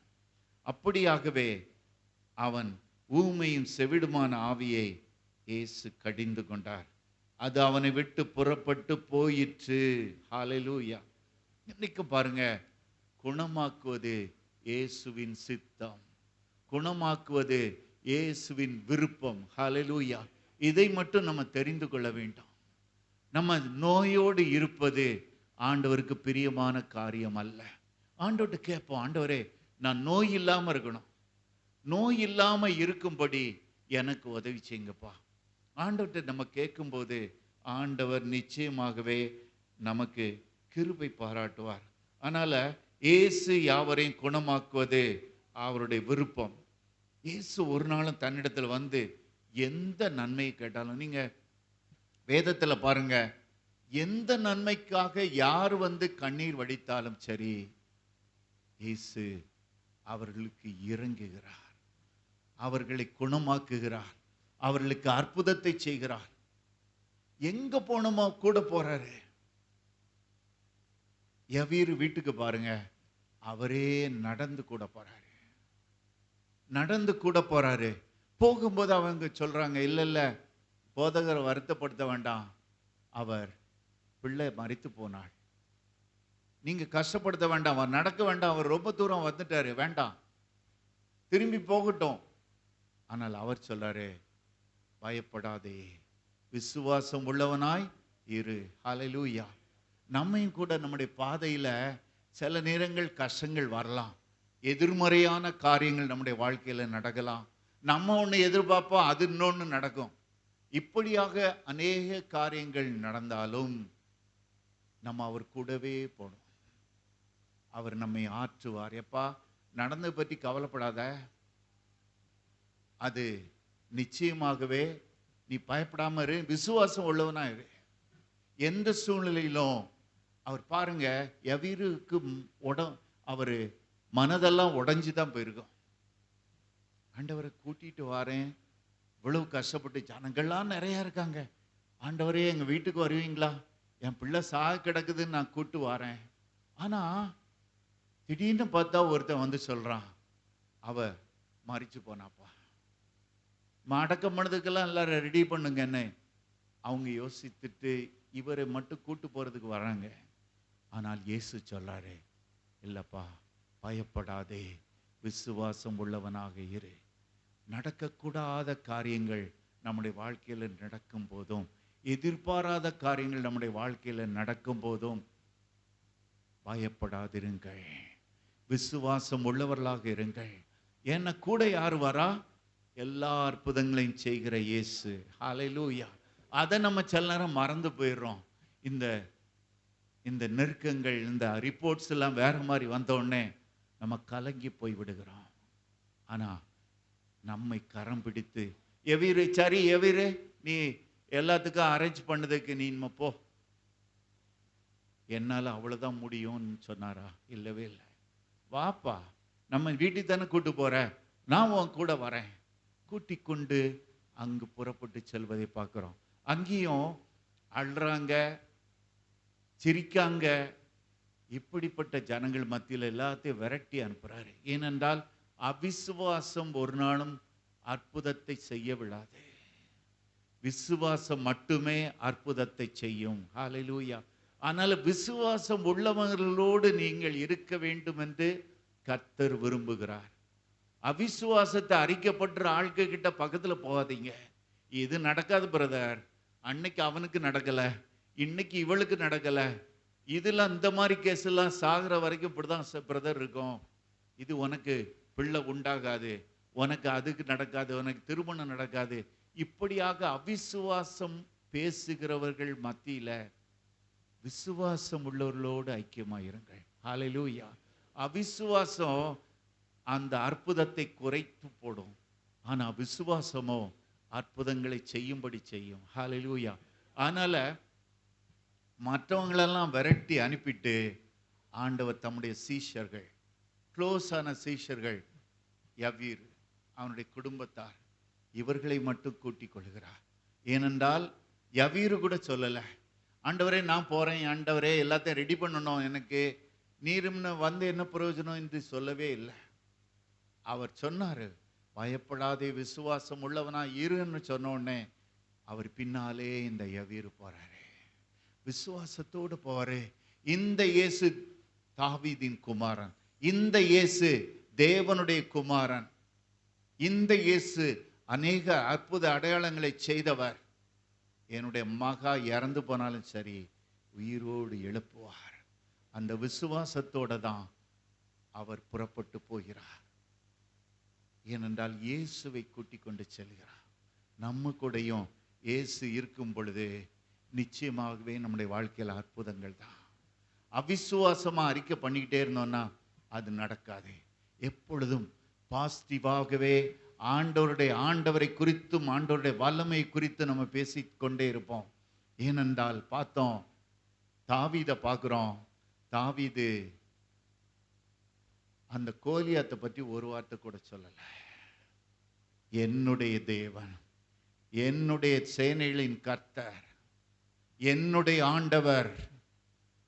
அவன் ஒரு சாதாரணவன், அவன் ராட்சசன்னு சொல்லல, அவன் பெலிஸ்தன், அவன் ஒரு பெலிஸ்தன்.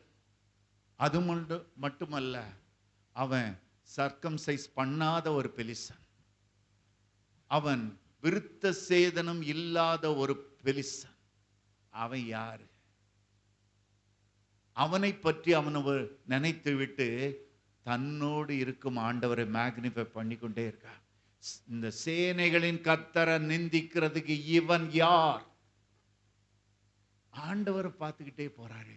ஆக்சுவலா பார்த்தா இவனுக்கு அவனுக்கு பக்கத்திலே நிற்க முடியாது. அதனாலதான் பவுல் இந்த சவுலே பயப்படுறான். எப்ப அவன் பிறவியில இருந்தே அவன் இப்போ யுத்த வீரன், நீ யுத்தத்துக்கே போகாதவன், உன்னை ட்ரெஸ்ஸு கூட மாற்ற தெரியல, ட்ரெஸ்ஸு கூட போட்டுட்டு நிற்க தெரியல, நீ எப்படி அவனை மேற்கொள்ளுவாய்? ஆனா அவனுக்கு தன்னோடு இருந்த சேனைகளின் கர்த்தர் மேல விசுவாசம் இருந்தது. ஹல்லேலூயா. அந்த விசுவாசத்தினாலே அவன் மேற்கொண்டான்.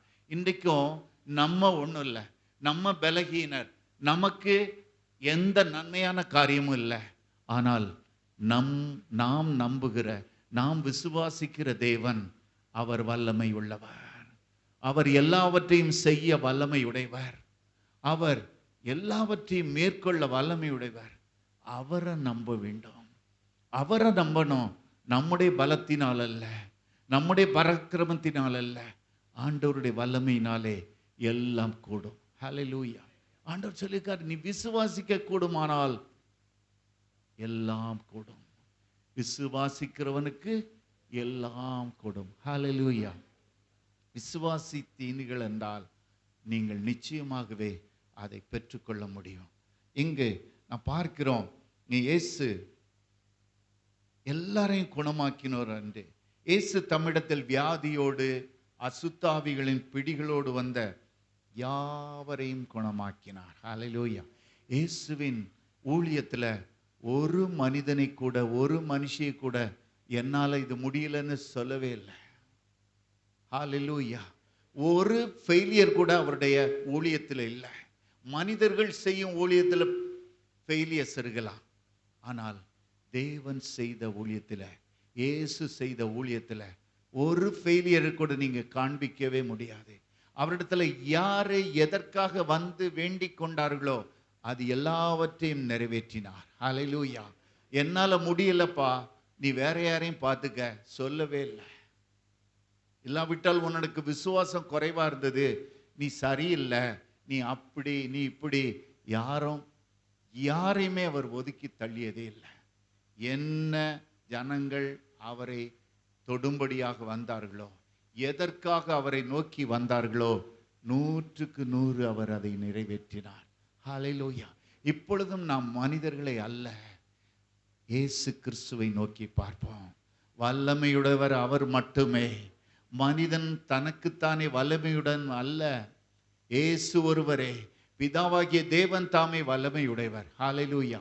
அவரை நீங்கள் நோக்கி பார்க்கும் பொழுது, அவரை முகத்தை நோக்கி பார்த்தவர்கள் ஒருவரும் வெட்கப்படவில்லை. ஹல்லேலூயா.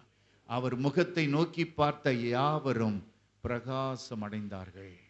அவர் முகத்தை நோக்கி பார்த்த யாவரும், யாருமே வெட்கப்பட்டு போகவே இல்லை.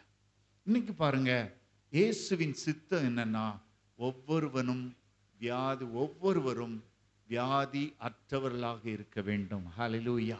நம்முடைய பலவீனம் கூட இல்லாதபடிக்கு அவைகளை யாவற்றையும் சிலுவையிலே சுமந்து தீர்த்து விட்டார். நம்முடைய பலவீனங்களை ஏற்றுக்கொண்டு நம்முடைய நோய்களை சுமந்தார் என்று பார்க்கிறோம். நம்முடைய பலவீனத்தை கூட அவர் ஏற்றுக்கிட்டாரு. நம்முடைய நோய்களை சிலுவையிலே சுமந்து தீர்த்து விட்டார். நாம் இப்பொழுது நம்ம பார்க்கிறோம், நம்மளா பலகீனப்பட்டு போறோம், நம்மளா கவலைப்படுறோம், நம்மளா நம்மை அழித்து கொள்ளுகிறோம், நம்மளால தான் நமக்கு பலவீனம் வருது. ஆனா நம்முடைய பலவீனங்களை சுமந்து தீர்த்து விட்டார். இனி நாம் அதை குறித்து எண்ண வேண்டிய தேவையில்லை. ஹல்லேலூயா. நாம் ஆண்டவர் நமக்கு முற்றிலுமாக நாம் நோயற்றவர்களாக இருக்க வேண்டும் என்று கர்த்தர் இன்றைக்கும் அவர் சித்தமுள்ளவராக இருக்கிறார். ஹல்லேலூயா. நம்ம நோய்வாய்ப்படுவது அவருக்கு விருப்பம் இல்லை, அவருடைய சித்தமும் இல்லை. அவருடைய சித்தமே நாம் நோயற்றவர்களாக இருக்க வேண்டும். அதை நிறைய பேர் சொல்லுவாங்க, இல்லை அன்னைக்கு தான், பழைய காலத்துல தான், இது காஸ்பல்ஸ்ல மட்டும்தான் அப்படி இருக்குது. இல்லை பெரியமானவர்களே, வேதம் சொல்லுகிறது, நாம் எபிரேயர் 13:8 பார்க்கிறோம், இயேசு கிறிஸ்து நேற்றும் இன்றும் என்றும் மாறாதவராய் இருக்கிறார். ஹல்லேலூயா. எதுல? அவருடைய சித்தத்தை சொல்வதிலும், அவருடைய வல்லமையிலும், நோய்களை குணமாக்குவதிலும், பிசாசுகளை துரத்துவதிலும், எல்லாவற்றிலும் அவர் வல்லமை உடையவராக நேற்றும் இன்றும் என்றும் தம்முடைய வல்லமையிலே மாறாதவராக இருக்கிறார். Healing is his perpetual will. இதுக்கு தமிழ்ல பார்க்கிறோம், குணமாக்குதல் இயேசுவின் நிரந்தர சித்தம். ஹல்லேலூயா. குணமாக்குதல் இயேசுவின் நிரந்தர சித்தம். இதுல இவனுக்கு குணமாக்க மாட்டேன், இவனுக்கு குணமாக்க மாட்டேன் என்று அல்ல. அது பெர்பச்சுவல் வில். அது நிரந்தரமாகவே அது எழுதி வைக்கப்பட்டது. நிரந்தரமாகவே இயேசுவின் சித்தமாக இருக்கிறது. அதுல எந்த வித மாற்றமும் இல்லை. இவன் வர்றான், ஆண்டவர்கிட்ட கேட்கிறான், ஆண்டவரே உமக்கு சித்தமானால், உமக்கு சித்தமானால் என்னை சுத்தமாக்க உம்மால் ஆகும். அப்போ ஆண்டவர் செய்கிறாரே, ஆண்டவர் என்னென்ன செய்கிறார் என்று பார்க்கிறோம். வேதம் சொல்லுகிற மார்க் 1:41 இயேசு மனதுருகினார். இயேசு அவன் சிச்சுவேஷன் எல்லாத்தையும் பார்க்கிறாரு, எல்லாவற்றையும் பார்க்க, அவனுடைய எண்ணத்தை பார்க்கிறார். அவனுடைய எவ்வளவு கஷ்டம், நோயினால் வாடுவது எவ்வளவு கடினம் என்பது இயேசுவுக்கு தெரியும். அதனால நீ சூழ்நிலைகளுக்குள்ளாக வடிக்கும் கண்ணீரை அவர் அறிந்திருக்கிறார். அவர் மனதெல்லாம் வேதனைப்பட்டது, மனதுருகினார் என்று பார்க்கிறோம். சமுதாயத்தினால விரட்டப்பட்ட ஒரு குஷ்டரோகி மேல காண்பிக்கும் ஒரு அன்பை பார்க்கிறோம். மனதுருக்கனாலே அங்கு நுரையீரல், இருதயம், ஈரல் யாவுமே அவனுக்காக இளகியதான். இருதயம் இளகியது, நுரையீரல் இளகியது, ஈரல் இளகியது. அப்படியாக இளகி இந்த மனிதனுக்காக அவர் அன்போடு கரிசனையோடு அவன் மேல வைத்திருக்கும் அன்பை காண்பிப்பதுதான் இந்த மனதுருக்கம். மிகுந்த அன்பினாலே அதே மனதுருக்கத்தோடு இன்றைக்கும் ஆண்டவர் நம் மத்தியிலே வந்திருக்கிறார். நாம் வேதனைப்படுவது அவருக்கு விருப்பம் கிடையாது. யாரும் நோயினாலே வேதனைப்படுவது அவருக்கு விருப்பம் இல்லை, பலகீனப்படுவது அவருக்கு விருப்பம் இல்லை. நாம் சந்தோஷம் உள்ளவர்களாக அவருடைய சமூகத்தில் களிகூர்ந்து மகிழணும். அவருடைய சமூகத்தில் நித்திய பேரின்பம் உண்டுதுன்னு பார்த்துருக்கோம். அவருடைய சமூகத்தில் நித்திய பேரின்பம் உண்டு. அதுனா நித்திய பேரின்பம்னா, பேரின்பம்னா ஆனந்தம், அதில் பேரானந்தம். ஆனால் நித்தியன்னா நித்திய காலமாக. ஹல்லேலூயா. அதில் ஒரு நாளும் கவலைகள் கிடையாது, அதில் ஒரு நாளும் கண்ணீர் கிடையாது. அவருடைய சமூகத்தை நாம் நோக்கி பார்க்கும் பொழுது அது ஒவ்வொரு நாளும் ஆனந்தமாக இருக்க வேண்டும். அதை ஆண்டவருக்குள்ளாக நாம் மாற்றிக்கொள்ள வேண்டும். அதனால தான் நாம் இங்கு பார்க்கிறோம், நம்ம மேல ஆண்டவர் கரிசனை உள்ளவராக இருக்கிறார். இங்கு பார்க்கிறோம், அவனை தேடி ஆண்டவர் போனது போல போகிறார். நாம் பார்க்கும் பொழுது அவன் பட்டணத்துக்கு வெளியே இருக்கிறான், பாளையத்துக்கு வெளியே இருக்கான். அவனை தேடி ஆண்டவர் போனது போல அங்கு செல்லுவதை நாம் பார்க்கிறோம். இன்னைக்கும் எந்த இடத்துல இருந்து நீ கண்ணீர் வடிச்சாலும் சரி, எந்த இடத்துல இருந்து நீ அழுது கொண்டு இருந்தாலும், எந்த இடத்துல நோய்வாய்ப்பட்டிருந்தாலும் சரி, ஆண்டவரை நோக்கி விண்ணப்பம் பண்ணு. ஹல்லேலூயா. உன்னுடைய கண்ணீரை கண்டு உனக்கு பதில் கொடுக்கிற ஆண்டவராக இருக்கிறார். ஹல்லேலூயா. இங்கு நம்ம பார்க்கிறோம், இயேசு மனதுருகி சென்றார். இன்னொன்னு பார்க்கிறோம், அவர் கை நீட்டி தொட்டார் என்று பார்க்கிறோம். கையை நீட்டி அவனை தொட்டார். அவன் பக்கத்துல போனாலே நாரும். குஷ்டரோகி பக்கத்துல நீங்க அவனுக்கு ஏதாவது ரூபாயை போடணும்னு போனீங்கன்னு வச்சுக்கிடுங்களேன், தூரத்தில் நின்று இப்படி போடுவாங்க. பார்த்தீங்களா? தூரத்தில் நின்று தான் நீங்க போடுவீங்க. ஏனென்றால் அவன் முகத்தையே, அவனுடைய சரீரத்தையே, அவனுடைய கையையே, அவன் காலையை பார்க்கும்போதே ஜனங்களுக்கெல்லாம் அருவருப்பா இருக்கும், துர்நாற்றம் அடிக்கும். அப்படிப்பட்ட ஒரு சரீரம். எந்த டேப்லெட் போட்டாலும் சரி, எந்த மெடிசன் சாப்பிட்டாலும் சரி, அதுலேருந்து ஒரு விடுதலையே கிடைக்காது. எந்த ஆயின்மெண்ட்டை தடவுனாலும் அதுலேருந்து விடுதலை கிடைக்காது. அப்படிப்பட்ட ஒரு கொடூரமான வியாதி. நாற்றம் எடுக்கும் மனிதன், தீட்டுப்பட்ட ஒரு மனிதன் தான். ஆனா இயேசுவின் மனதுருக்கம் பாருங்க, அந்த மனிதனையும் போய் கையை நீட்டி அவனை தொட்டார். ஹல்லேலூயா!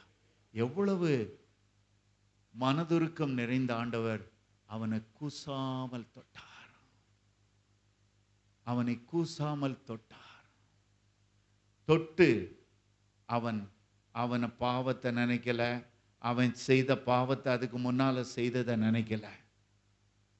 இயேசுவின் வாழ்க்கையில அவருடைய தொடுதல், மற்றவர்கள் அவரை தொடும் பொழுதும் நோய் சரியா போச்சு, அவர் மற்றவங்களை தொடும்போதும் நோய் சரியா போச்சு. நீங்க மார்க் 7:33, 8:22, 10:13 இதை வாசித்து பார்க்கலாம். அவர் தொட்டாலும் சரி, மற்றவங்க அவருடைய சரீரத்தை தொட்டாலும் அவரை தொட்ட யாவரும் சொஸ்தமானார்கள். ஹல்லேலூயா! அவரை தொட்ட யாவரும் சொஸ்தமானார்கள். அவ்வளவாக அவருக்குள்ளாக வல்லமை இறங்கியது. அவங்க யாரையும் பாருங்க, நீ பாவம் பண்ணவன், நீ பாவத்தினால மோசமானவன், நீ பாவத்தினால மோசமானவா, யாரையுமே ஆண்டவர் சொல்லவே இல்லை. யாரையும் அதனால நான் உனக்கு குணமாக்குதல் கொடுக்க மாட்டேன், அதையும் சொல்லலை. அவர் எல்லாரையும் சொஸ்தமாக்கினார். அவரை சரீரத்தை தொட்ட எல்லாரும் சொஸ்தமானார்கள். ஒரு மனிதன் கூட மிஞ்சல. அப்படிப்பட்ட ஒரு வல்லமை இயேசுவுக்குள்ளாக இருந்ததினாலே அவர் தொட்டார். அதை குறித்து நாம் கிரேக்க பதத்தில் பார்க்கும்போது எதுக்காக தொட்டாராம்? To kindle holy fire in the leper. அவரே தொடும்போது அவரிடத்தில் இருந்த அக்கினி அவனுடைய சரீரத்துக்குள்ளாக படும்படிக்கு அவனை தொட்டாராம். ஹல்லேலூயா! இயேசு இன்றைக்கும் அவருடைய அக்கினி கைகளினாலே நம்மை தொடும் பொழுது அவருடைய அக்கினி நமக்குள்ளாக கடந்து வருகிறது. ஹல்லேலூயா! இந்த அக்கினி வரும் பொழுது நம்முடைய நோய்களை எல்லாம் சொஸ்தமாக்குகிறது. இந்த அக்கினி வரும் பொழுது நம்முடைய சுகவீனத்தை எடுத்து போடுகிறது, நம்முடைய பலவீனத்தை மாற்றுகிறது, நம்முடைய சோர்வுகளை மாற்றுகிறது, நம்முடைய கவலைகளை மாற்றுகிறது. எல்லாம் இந்த அக்கினி தான். ஹல்லேலூயா! ஆண்டவருடைய அக்கினி கை அந்த லெப்பர் மேல பட்ட உடனே, to kindle holy fire in the leper, அவனுக்குள்ளாக தன்னுடைய பரிசுத்த அக்கினியை அவர் வைத்தாராம். அது எரியும்படியாக வைத்தாராம். இன்னொன்று பார்க்கிறோம், கிண்டில் லைட். 2 அற்புதம். அவனுடைய ஒவ்வொரு மனிதனையும் அவர் குணமாக்கும் போது 2 அற்புதம் நடக்குது. ஒன்று, அவன் சரீரத்திலோட வியாதி போயிருது. இன்னொன்று, அவனுடைய ஆத்துமாவில் உள்ள இருள் போகிறது. ஹல்லேலூயா! இதைத்தான் இந்த கிரேக்க சொல்ல நம்ம பார்க்கிறோம். 2, to kindle holy fire in the leper. எதுக்காக? அவனை ஹீல் பண்ணுவதற்காக. இன்னொன்று, டு கிண்டில் லைட், மனதின் இருளை அவனை விட்டு நீக்க. அதுவரைக்கும் பாவத்தில் இருந்த, பாவத்தின் இருளுக்குள்ளாக கடந்த அவனை ஒரே செகண்ட் விடுதலை ஆக்குவதற்காக ஆண்டவர் அவனை தொட்டார். ஹல்லேலூயா! இன்றைக்கு ஆண்டவருடைய கரம் குறுகி போகல. நம்மையும் ஆண்டவருக்கு ஒப்பு கொடுக்கும் பொழுது நம்முடைய சரீரத்திலிருந்தும் வியாதிகள், பலவீனங்கள், எல்லா குறைவுகள் நிச்சயமாகவே மாறும். ஹல்லேலூயா! அதனால ஆண்டவர் சொல்றாரு, எனக்கு சித்தம் உண்டு. ஹல்லேலூயா! எனக்கு சித்தம் உண்டு. எப்பொழுதும் குணமாக்குவதே தான்ப்பா என் சித்தம். நாம் நோய் இல்லாம நீங்களாம் வாழணும். இதுக்கு தான் இந்த உலகத்துக்குள்ளாக நான் கடந்து வந்தேன். ஹல்லேலூயா. ஹெவன்ல நோய் உள்ளவங்க இருக்காங்களா? ஒருத்தங்க கூட இல்லை. இங்கு கண்ணாடி போட்டிருந்தா கூட மரித்த உடனே கண்ணாடிலாம் பறந்துடும், நல்லா தெளிவா இருக்கும். இங்க எந்த ஒருவேளை ஒத்த கால்லாம் நீ மேல போனா கூட 2 கால் வந்துடும். ஏனென்றால் பரலோகத்திலே சுகவீனம் கிடையாது, பலவீனம் கிடையாது, நோய்கள் கிடையாது, எந்த குறைவுகளும் கிடையாது. அதை போலவே நம்முடைய உலகத்தை மாற்றும்படிக்கே இயேசு கடந்து வந்தார். ஹல்லேலூயா. இயேசு தன்னைத்தானே வெறுத்து அவர் இந்த உலகத்துக்குள்ளாக தன்னை சிலுவையிலே மாய்க்கும்படியாக தன்னை சிலுவையின் மரணத்துக்கு ஒப்பு கொடுத்தார். எதற்காக தெரியுமா? பரலோகத்தில் இருக்கிற அதே போல என்னுடைய பிள்ளைகள் வாழ வேண்டும். பரலோகத்தில் பலவீனம் இல்லை, என் பிள்ளைகளுக்கும் பலவீனம் இருக்கக்கூடாது. அதனால அந்த பலவீனத்தெல்லாம் என்கிட்ட கொடுங்கப்பா, நான் சுமந்து கொள்கிறேன். பலவீனங்களை ஏற்றுக்கொண்டு நோய்களை சுமந்தார். ஹல்லேலூயா. பலவீனங்களை ஏற்றுக்கொண்டார், நோய்களை சுமந்தார். அதனால எந்த பலவீனத்தோடும் நாம் இருக்கக்கூடாது.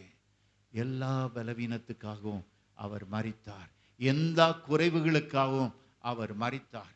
நீங்கள் குறைவுகளோடு வாழுவது அவருக்கு சித்தமே கிடையாது. தம்முடைய வல்லமையினாலே அன்றைக்கு அவர் தேவனுடைய குமாரனாக நடந்து எல்லா தெருக்களிலும் பிரசங்கம் செய்து எல்லா வில்லேஜஸ்களையும் கடந்து சென்றாரே. எதற்காக? எல்லா ஜனங்களையும் குணமாக்குவதற்காக.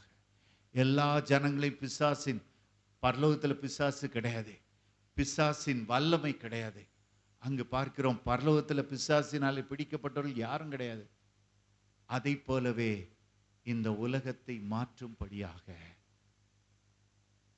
heavenize the world, பரலோகத்தை போல இந்த பூலோகத்தை மாற்றும்படியாக இயேசு கடந்து வந்தார். இன்னைக்கு தம்முடைய பிள்ளைகளாக நாம் இருக்கும் பொழுது நம்ம அப்பாட்ட எல்லாவற்றையும் கேட்போம். ஆண்டவரே, எங்களையும் அப்படி மாற்றும். பரலோக வாசிகளைப் போல நாங்கள் இந்த உலகத்தில் இருக்கணும். கவலையே இல்லாம ஒரு வாழ்க்கை வாழணும். சந்தோஷத்தோடு பரிபூர்ண ஆனந்தத்தோடு உங்களுடைய சமூகத்தில் எப்பொழுதும் இருக்கணும்ப்பா. அப்படி ஒரு வாழ்க்கையை தாரோம். அந்த வாழ்க்கை விசுவாசத்தோடு நாம் வாழும் பொழுது நாம் பெற்றுக்கொள்ளவும் முடியும். இங்கு பார்க்கிறோம், அவர் சொல்றாரு, எனக்கு சித்தம் உண்டு. அதனாலதான் பாருங்க, நம்ம சுத்தமாக நம்ம நோய்கள்லாம் அழிந்து போவதற்காக ஆசாரியன் அந்த நாட்கள்ல அவன் பரிசுத்த ஸ்தலத்துக்குள்ளாக போறான்.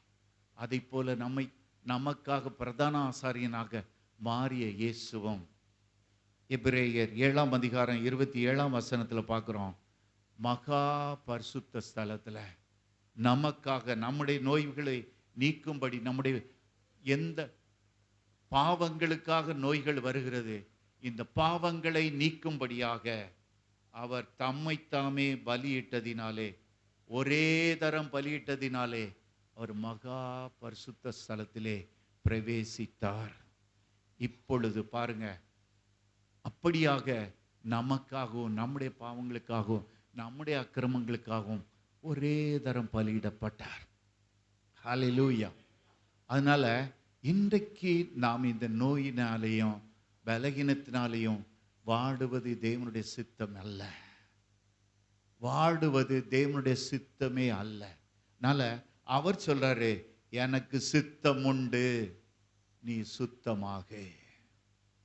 எனக்கு சித்தம் உண்டு, நீ சுத்தமாக. அப்படியாக அவர் எல்லாவற்றையும் நமக்காக செலுத்தி விட்டதினாலே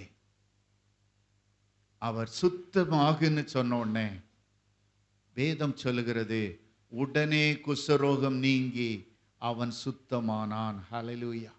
இந்த ஆசாரியனை பாருங்க, நமக்காக எல்லாவற்றையும் செலுத்தினாரே. ஆனா அவர் சொல்றாரு, நீ ஆசாரியனை போய் பாருப்பா. ஆனா இங்க பாருங்க, அப்படி ஒரு செரிமோனியல் எக்ஸாமினேஷனே தேவையில்லை. இந்த இயேசு பிரதான ஆசாரியன் குணமாக்கும் பொழுது ஒரு வாரம் வெயிட் பண்ணுங்க, கதவை போட்டுங்க, வேற யாரும் காண்டாக்ட் பண்ணக்கூடாது, அவர் வந்து வெரிஃபை பண்ணுவாரு. அதெல்லாம் கிடையவே கிடையாது. ஹல்லேலூயா. அது எல்லாமே கிடையாது. நீங்கள் அந்த லேவியராகமத்தில் வாசித்து பார்த்தீங்கன்னா அதெல்லாம் தெரியும். அவனை வெரிஃபை பண்ணணும், அவனை சர்டிஃபை பண்ணணும் ஆசாரியன், அப்போதான் உள்ளே எடுப்பாங்க. ஆனால் இங்கு பாருங்க, வானத்திலும் பூமியிலும் சகல அதிகாரமும் வல்லமை பெற்றிருந்த இயேசு ஒரே ஒரு வார்த்தை, எனக்கு சித்தம் உண்டு, சுத்தமாகு, சுத்தமாகுன்னு ஒரு வார்த்தை சொன்னோடனே இந்த வல்லமை புறப்பட்டு அவனுக்குள்ளாக கடந்து சென்றது. உடனே குஷ்டரோகம் நீங்கி அவன் சுத்தமானான். அந்த வேதாமத்தில் நம்ம பார்க்கும் பொழுது ஒரு வார்த்தை இருக்குது, சார்ஜ். இந்த கிரேக்க பதம், கிரேக்க இது மூல பதத்தில் நம்ம பார்க்கும்போது டு பி ஆங்கிரி, அதாவது கோபப்பட்டாராம். எது மேல? இந்த குஷ்டரோக ஆவியின் மேல.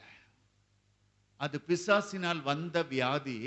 இந்த வியாதியின் மேல அவர் கோபப்பட்டாராம். To be angry. அடுத்தது பார்க்கிறோம், send the spirit of leprosy away. இந்த குஷ்டரோக வியாதி, இந்த வியாதி எதனால வருது? இந்த ஆவியினால வருது.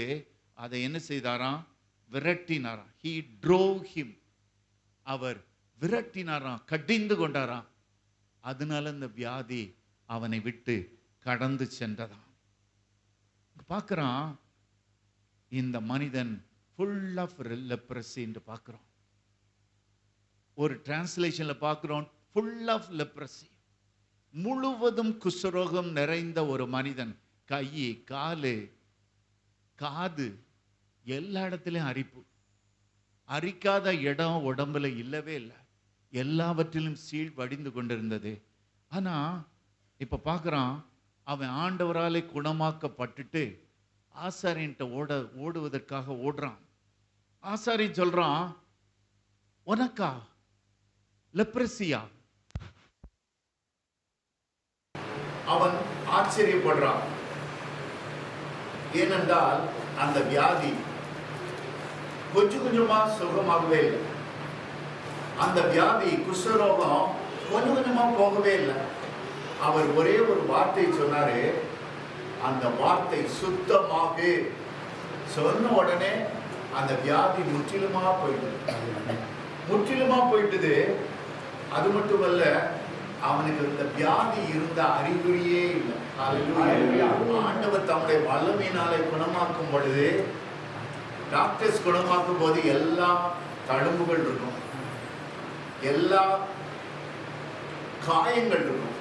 ஆனா இயேசு குணமாக்கினார். இவன் ஓடி போய் ஆசாரியன்ட்ட காமிக்கிறான், தழும்புகளே இல்லை. தழும்புகளே இல்லை, காயங்களும் இல்லை. இங்க நம்ம பார்க்கிறோம், அவனுக்கு தழும்புகளே இல்லை, தழும்புகளும் இல்லை, காயங்களும் இல்லை. அப்படி அவன் போய் ஆசாரியன்ட்ட முன்பாக நிற்கிறான். இல்லப்பா, நீ குணமாக்கப்பட்டாயா? நீ குஷ்டரோகியா இருந்தாயா? அவன் ஆச்சரியப்படுறான். அப்படியாக அவனுடைய சரீரம் முற்றிலுமாக குணமாக்கப்பட்டது. ஆண்டவர் தொட்டார் என்றால், ஆண்டவர் குணமாக்கினார் என்றால் முற்றிலும் குணமாக்கப்படுதல். அதனுடைய அறிகுறியாக, எனக்கு கொஞ்சம் போல இருக்குது, எனக்கு கொஞ்சம் போல அந்த நோய் இருக்குது, அப்படி அல்லவே இல்லை. நோய்களை முற்றிலும் குணமாக்குகிற வல்லமை பெற்றவர் இயேசு ஒருவரே. அப்படியாக அவன் சொல்றான், நீ குஷ்டரோகியா இருந்தியா? நாங்க நம்பவே மாட்டோம், நிச்சயமாகவே நான் உங்களை நம்ப மாட்டேன். அப்ப அவன் சொல்றான், நான் குஷ்டரோகிதான், இயேசுதான் என்ன குணமாக்கினார், இயேசுதான் என்ன குணமாக்கினாரு. அதனாலதான் முழுவதுமாக குணமாக்கி இருக்கிறார். நம்முடைய வியாதியில கூட நாம் ஆண்டவராலே குணமாக்கப்பட்டோம் என்றால் நமக்கு ஒரு பலவீனமும் இருக்காது, ஒரு நோயும் இல்லாதபடிக்கு கர்த்தர் முற்றிலுமாக நம்மை குணமாக்குவோம். ஒருவேளை ஆசமா இருக்குன்னு வச்சுடுங்க, கொஞ்சம் போல இந்த, அதாவது இந்த குளிர் வேளையில மட்டும் வருதுன்னு இங்க யாரும் சொல்லக்கூடாது. ஆண்டவர் குணமாக்கினார், முற்றிலும் குணமே. அது என் வாழ்க்கையிலிருந்து போயிட்டுப்பா. என்னைக்கு ஆண்டவர் தொட்டாரோ அன்றிலிருந்து எனக்கு போயிட்டுது. நான் விடுதலை ஆயிட்டேன்னு சொல்லணும். அல்லேலூயா. இயேசுவின் வல்லமை மகா பெரியது. அல்லேலூயா. நான் முற்றிலும் குணமானே. நான் இப்பொழுது பலவீனன் அல்ல, பலவீனெல்லாம் பலவான் என்று சொல்லுவான். அல்லேலூயா. நம்மை அறிக்கை செய்து கொண்டே இருக்கணும். அதுதான் விசுவாசத்தினாலே அறிக்கை செய்து கொண்டே இருக்கணும். ஆண்டவரே, நான் பலவீனன் அல்ல, பலவான். உம்முடைய தழும்புகளால் நான் குணமாகிறேன். அறிக்கை செய்து கொண்டே இருக்க வேண்டும். அப்பொழுது நிச்சயமாகவே நான் குணமாக்கப்படுவோம், முற்றிலுமாக குணமாக்கப்படுறோம். அதனால இந்த ஆசிரியன் சொல்றான், உன்னெல்லாம் அடைச்சு வைக்க வேண்டாம். உனக்கு இனிமே நோ மோர் டெஸ்ட். நீ தான் ஃபுல்லா ஹீல் ஆயிட்டல்ல, நீ இனிமே பாளையத்துக்குள்ள நீ போகலாம். அப்படியாக அவனை அனுப்புகிறான். அனுப்பினோடனே அந்த பட்டணத்துக்கு போறான். நாம் அவன் பட்டணத்துக்குள்ளாக கடந்து வருகிறான். இங்க நம்ம பார்க்கிறோம், சுத்திகரிப்பின் பிரமாணம் உண்டு. எப்படி குஷ்டரோகி சுத்திகரிக்கப்பட வேண்டும். நாம் வேதத்திலே பார்க்கிறோம். லேவியராகமம் 14ஆம் அதிகாரம் 2 to 7 வரைக்கும் நம்ம பார்க்கும்போது, உயிரோடு இருக்கும் 2 குருவிகள் தேவை, கேதுரு கட்டை தேவை, சிவப்பு நூல் தேவை, ஈசோப்பு வேணும்.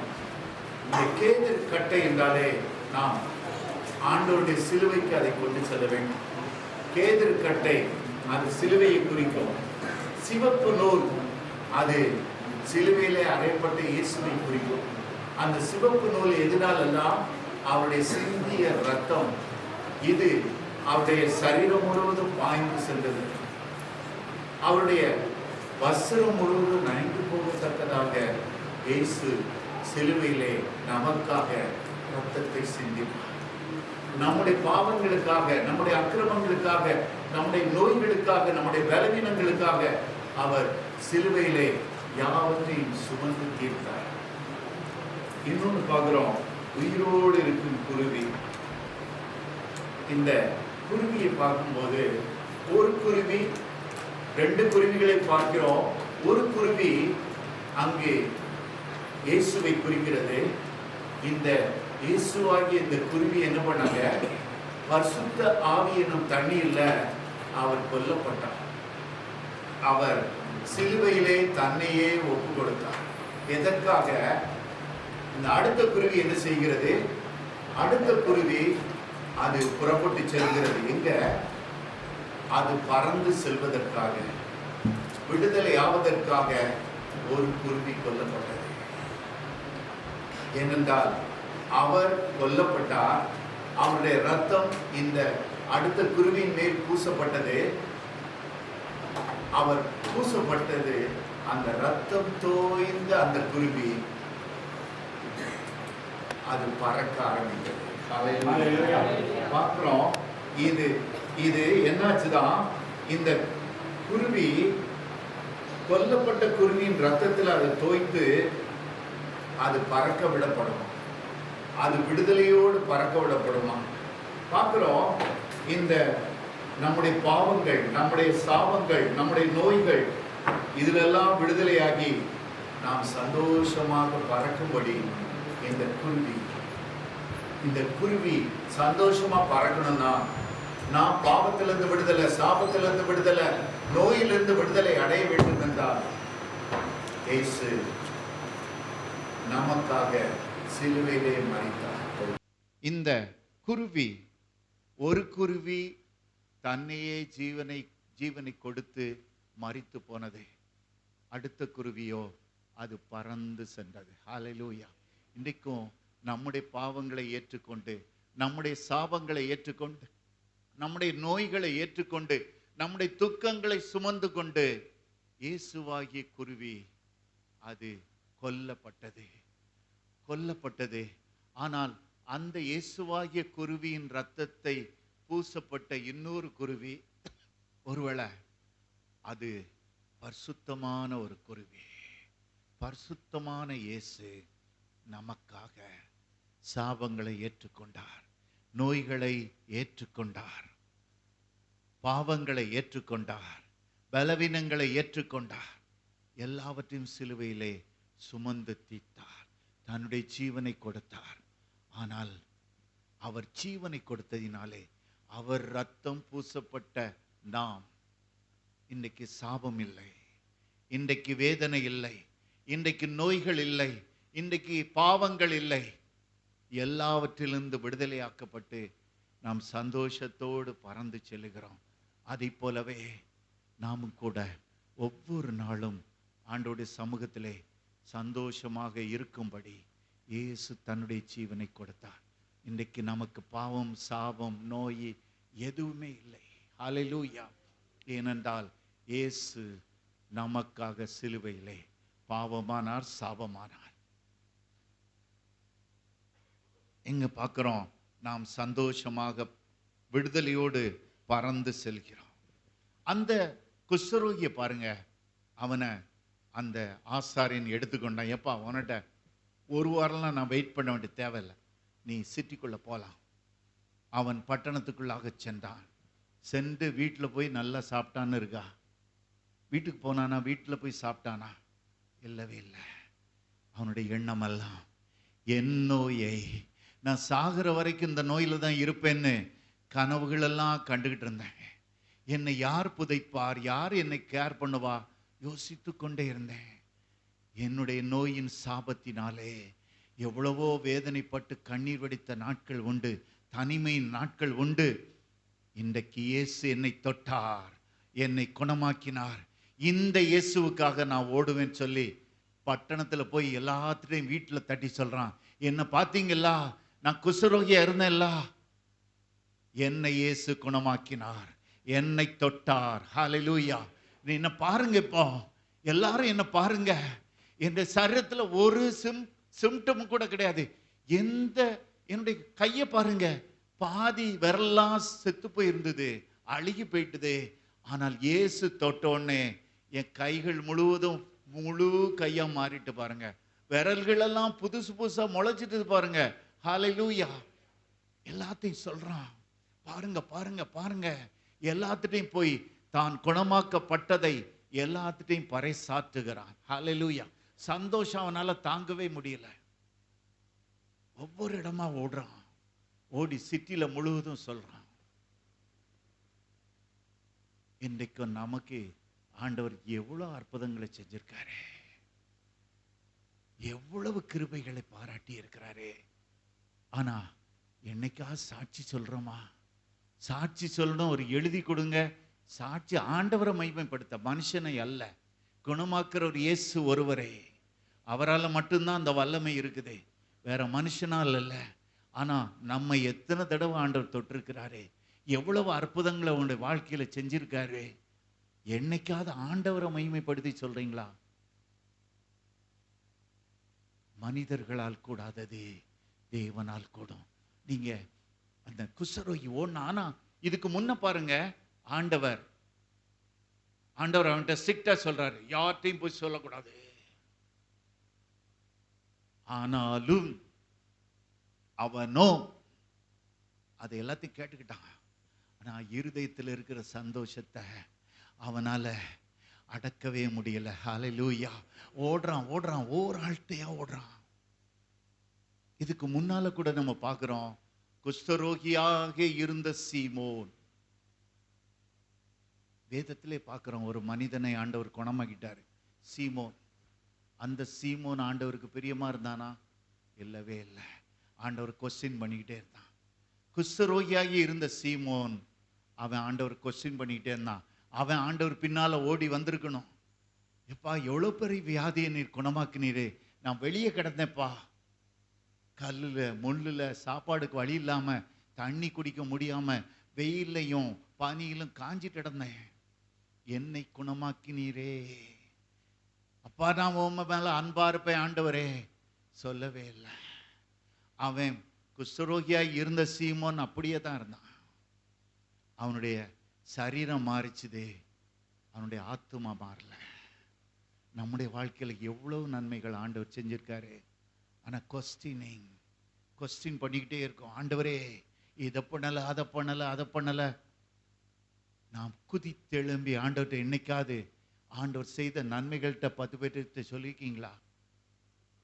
இவன் ஓடினானே, பட்டணத்துக்குள்ள ஓடி எல்லாத்துட்டையும் சொன்னானே, அப்படி என்னைக்காவது நீங்க சொல்லியிருக்கீங்களா? இல்லவே இல்லை, இல்லவே இல்லை. இன்னும் செய்யல ஆண்டவர், இன்னும் அதை செய்யல, இன்னும் எனக்கு செய்யல. முன்னால் செய்த அற்புதங்கள், உங்களை நோய்களெல்லாம் குணமாக்கினாரே. என் ஆத்துமாவே கர்த்தரை ஸ்தோத்திரி. உங்கள் நோய்களெல்லாம் குணமாக்கின இயேசுவை எத்தனை தடவை மறந்து போயிட்டீங்க? குணமாகும் ஆண்டவர் பற்றி கண்டுக்கிடவே மாட்டீங்க, குணமாகும் ஆண்டவர் பற்றி கண்டுக்கிடவே மாட்டீங்க. ஆனால் இந்த மனிதனை பாருங்க, அவன் ஓடுனான். அவனோ மார்க் 1:45 பார்க்கிறோம், அவனோ புறப்பட்டு போய் இந்த சங்கதி எங்கும் விளங்கும்படியாக பிரசித்தம் பண்ண தொடங்கினான். ஹல்லேலூயா. எல்லார்ட்டையும் கேட்கிறான், ஐயா புரிஞ்சுக்கிட்டீங்களா? நான் பழைய குஷ்டரோகி தான், இப்போ இப்படி ஆயிட்டேன். ஆண்டவர் ஜீசஸ் என்ன டச் பண்ணாரு, புரிஞ்சுக்கிட்டீங்களா? உங்களுக்கு தெரியுமா? எல்லாருக்கும் விளங்கும்படியாக தன்னுடைய சரீரத்தெல்லாம் காமிச்சான். நான் பழைய குஷ்டரோகி, இப்பொழுது புது மனிதன், புதிய சிருஷ்டி. ஹல்லேலூயா. தன்னை காமிக்கிறான். ஆண்டவருடைய வல்லமை உண்டு. இயேசு இடத்துல இந்த வல்லமை இருக்குப்பா. எல்லாரும் புறப்பட்டு போங்கப்பா, இயேசுவிடம் போங்க. எல்லாத்தையும் டைரக்ட் பண்றான். அதனால் அவர் வெளியரங்கமாக பட்டணத்தில் பிரவேசிக்க கூடாமல். ஹல்லேலூயா. என்ன நடந்தது? இவன் பிரசங்கம் பண்றான், ஒருத்தட்டையா ஓடி ஓடி போய் சொல்றான். நிறைய பேர் வராங்க, பழைய குஷ்டரோகி மாதிரி இருக்கு. உடனே மறுபடியும் அவங்களுக்கெல்லாம் சுவிசேஷத்தை சொல்றான். ஆண்டவர் என்னை சரீரத்திலும் தொட்டாரு, இன்றைக்கு நான் புது மனுஷனா என்னுடைய ஆவிக்குள்ளாகவும் மாறி போயிட்டேன். இந்த இயேசு தான் உண்மையுள்ள தேவன், இந்த இயேசு என்னை தொட்டார். எல்லாத்திட்டையும் சொல்றான். பார்த்தா ஜீசஸ் அந்த பட்டணத்துக்குள்ளாவே வர முடியல. எல்லாரும் ஓடுறாங்க ஜீசஸை நோக்கி. திரள் கூட்டமான ஜனங்கள் ஓடுறாங்க. குணமாக்கப்படும்படியாக ஒரே ஒரு மனிதனுடைய தொடுதல், ஒரே ஒரு மனிதன் புது சிற்சியா மாறினா, எல்லாருக்கும் சுவிசேஷத்தை அறிவித்தான். ஹல்லேலூயா. இன்னைக்கு நம்ம செய்ய வேண்டியது, நன்மைகளை பெற்று அப்படியே இருக்காதீங்க. எல்லாவற்றையும் ஆண்டவரை மகிமைப்படுத்துங்கள். ஆண்டவர் என் வாழ்க்கையில் இதெல்லாம் செஞ்சாரு, ஒவ்வொருத்தரும் நம்ம சொல்லிக்கொண்டே இருக்க வேண்டும். அதுதான் சாட்சி. ஹல்லேலூயா. அப்போஸ்தலர் அப்படித்தான் புறப்பட்டு சென்று சாட்சி சொன்னார்கள். இயேசுவின் உயிர்த்தெழுதலை சொன்னார்கள். இயேசு எங்க கூட இருக்காரு சொன்னாங்க. சாட்சிகளை சொல்லி இன்னைக்கு இந்த மனிதனை பாருங்க, அவர் பட்டணத்துக்குள்ள கூட பிரவேசிக்க முடியல. ஏனென்றால் அதெல்லாம் மதில் நிறைந்த பட்டணம், அதுல கேட்டுலாம் இருக்கும். எல்லா ஜனங்களும் இவன் பேச்சை கேட்டு அந்த கேட்டுக்கு முன்னால போய் நின்றுட்டாங்க. ஒரு ஜாம் ஆயிட்டுது. ஆண்டவர் அந்த பட்டணத்துக்குள்ள பிரவேசிக்கவே முடியல. எல்லாம் ஜீசஸ் எங்க, ஜீசஸ் எங்க தேடி ஓடுறாங்க. இன்றைக்கு நம்மாலே எத்தனை பேர் அப்படி ஆண்டவராலே தொடப்பட்டிருக்காங்க. எல்லாரும் ஓடினாங்க பாருங்க. பிரவேசிக்க கூடாமல் வெளியே வனாந்தரமான இடங்களில் தங்கி இருந்தார். ஹல்லேலூயா. பாருங்க, ஒரே ஒரு மனிதனை ஆண்டவர் தொட்டாரு, அவன் போய் சாட்சி சொன்னான். எல்லாரும் ஓடி வந்துட்டாங்க. பட்டணத்தார் எல்லாரும் ஓடி வராங்க. அவர் என்ன பண்ணாரு? சரி, நான் வனாந்தரத்திலேயாவது இருந்துக்கிட்டேன்னு சொல்றாரு. ஆனா வேதம் என்ன சொல்லுகிறது? இயேசு என்னை சுகமாக்கினார் என்ற நற்செய்தி அவனால சொல்லாம இருக்கவே முடியல. ஹல்லேலூயா. இதுதாங்க உள்ளத்துல வந்த புது மாற்றம். ஹல்லேலூயா. நம்மால இயேசு கிறிஸ்துவை பற்றி சொல்லாமல் இருக்கவே முடியாது. ஹல்லேலூயா. இருதயம் அப்படியாக நம்மளுக்குள்ளாக பபுள் ஆகி கொண்டே இருக்கணும். யார்ட்டையாவது இயேசுவை பற்றி சொல்லணும், யார்ட்டையாவது நம்ம பெற்ற நன்மையை சொல்லணும். இதுதான் உண்மையான விசுவாசி. ஹல்லேலூயா. ஒவ்வொரு மனிதனும் ஒரு சோல் வின்னராக இருக்க வேண்டும். ஒவ்வொரு மனிதனும் ஆத்துமாக்களை ஆதாயம் செய்கிறவனாக இருக்க வேண்டும். அப்படின்னா இந்த இடத்துல பார்த்தீங்கன்னா இந்த இடமே கொள்ளாது. அவன் பாருங்க, ஒரு மனுஷன் சொன்ன தனக்கு செய்த அற்புதத்தை சொன்ன உடனே பட்டணம் முழுவதுமே ஓடி வருது. ஜனங்கள் எல்லாம் ஓடி வராங்க. அவர் வெளியே வனாந்தரமான இடத்துல தங்கியிருக்காரு. அது மட்டுமல்ல, எல்லா பட்டணங்களுக்கு போறான். தான் பட்டணத்தை மட்டும் விடல, எல்லா பட்டணங்கள், கிராமங்கள், எல்லா இடத்துலையும் போய் இயேசு குணமாக்குகிறவர், இயேசு அற்புதம் செய்கிறவர். என்ன பாருங்க, நான் குஷ்டரோகியா இருந்தேன், இயேசு குணமாக்கி இருக்கார். நீங்க சொல்ல வேண்டிய சாட்சி அது மட்டும்தான். என்னை குணமாக்கின இயேசு இன்றைக்கும் ஜீவிக்கிறார், உங்களையும் குணமாக்குவார். ஹல்லேலூயா. பழைய குஷ்டரோகி அறியப்பட்ட ஒரு சபிக்கப்பட்ட மனுஷன், ஒரு பாவி, ஒரு முழுவதும் குஷ்டரோகியான மனுஷன், புறம்பே தள்ளப்பட்டவன், தீட்டுப்பட்ட ஒரு மனுஷன். அவன் இப்பொழுது முற்றிலும் விடுதலையானவன். அவன் நினைச்சான் சாகு வரைக்கும் இந்த நோயிலிருந்து விடுதலை கிடையாது. ஆனால் முடியாதவற்றை முடிய பண்ணுகிற தேவன் அவனுடைய சூழ்நிலைகள் எல்லாவற்றையும் மாற்றி போட்டார். ஹல்லேலூயா. இப்போ அவன் பாருங்க, இயேசுவின் குணமாக்குதலை பறைசாற்ற ஆண்டவர் என்ன நினைச்சார் தெரியுமா? நம்ம இந்த வனாந்தரத்துல போய் உட்கார்ந்தோம்னா நம்ம கொஞ்சம் ஃப்ரீ ஆகிக்கலாம் அப்படின்னு நினைச்சாரு. ஆனா இவன் என்ன பண்ணான் தெரியுமா? எல்லா சுற்று வட்டார கிராமங்கள், எல்லா சுற்று வட்டார நகரங்கள் எல்லாத்துக்கும் போனான். எல்லாத்துலேயும் ஆண்டவரை குறித்து சாட்சி சொல்லி கொண்டே இருந்தான். ஹல்லேலூயா. அதனால ஜனங்கள்லாம் என்ன பண்ணாங்க தெரியுமா? ஜனங்கள் எத்திசையிலும் இருந்து ஜனங்கள் அவரிடத்துக்கு வந்தார்கள். ஹல்லேலூயா. வனாந்தரத்துக்கு போனாலும் அங்க நோ ரெஸ்ட். வனாந்தரத்தை போனாலும் ஜனங்கள் சுத்தி வந்தாங்க. ஏன்னா எல்லா கிராமங்கள், எல்லா பட்டணங்கள். நீயும் சகோதரனே, உன்னையும் எத்தனை தடவை ஆண்டவர் தொட்டி இருக்கிறார், அற்புதத்தை செய்திருக்கிறார். யார்கிட்டையாவது போய் சொல்லியிருக்கியா? என்னுடைய வாழ்க்கையில கூட ஆண்டவர் என்னை முதல்ல தொட்டது வியாதியில தான். சிக்கன் பாக்ஸ் வந்திருந்தது. இத்தனை நாட்கள் கழித்து குணமாகும்னு சொன்னாங்க. ஆனா ஆண்டவரை நோக்கி கூப்பிட்டேன். அதான் ஃபர்ஸ்ட் டைம் நான் என்னுடைய பாவத்தை எல்லாம் அறிக்கை செய்து ஆண்டவரை நோக்கி கூப்பிட்டேன். அப்பொழுது கர்த்தர் எனக்கு இறங்கினாரே. குறைந்த நாட்களுக்குள்ளாக என்னுடைய நோயை ஒரே காலையில இரவு நான் ஜெபித்தேன், காலையில என்னுடைய நோய் முற்றிலும் குணமாகி இருந்தது. ஹல்லேலூயா. அதுதான் ஆண்டவர் என்னை முதல்ல டச் பண்ணாரு. டச் பண்ணும்போது என்னுடைய சரீரத்தை மட்டும் டச் பண்ணல, என்னுடைய ஆத்துமாவையும் தொட்டார். அன்றிலிருந்து நான் புதிய சிருஷ்டியாக மாறினேன். ஹல்லேலூயா. என்னுடைய நோயும் குணமாயிற்று, என்னுடைய பாவத்திலிருந்தும் எனக்கு விடுதலை கொடுத்தார். நான் புதிய சிருஷ்டியாக மாறினேன். ஆண்டவர் இன்றைக்கும் உங்களை தொடும் பொழுது நோயிலிருந்து விடுதலை ஆக்குவார். உங்களை பாவத்திலிருந்தும் கஷ்டத்திலிருந்தும் விடுதலை ஆக்குவார். ஹல்லேலூயா. அன்றிலிருந்து நான் தீர்மானித்தேன், இந்த இயேசுவை எல்லா இடமும் அறிக்கை செய்ய வேண்டும். ஹல்லேலூயா. அவருக்காக வாழ வேண்டும். முன்னெடுத்து வைத்த காலை பின்னாலே நான் வைக்கவே கூடாது.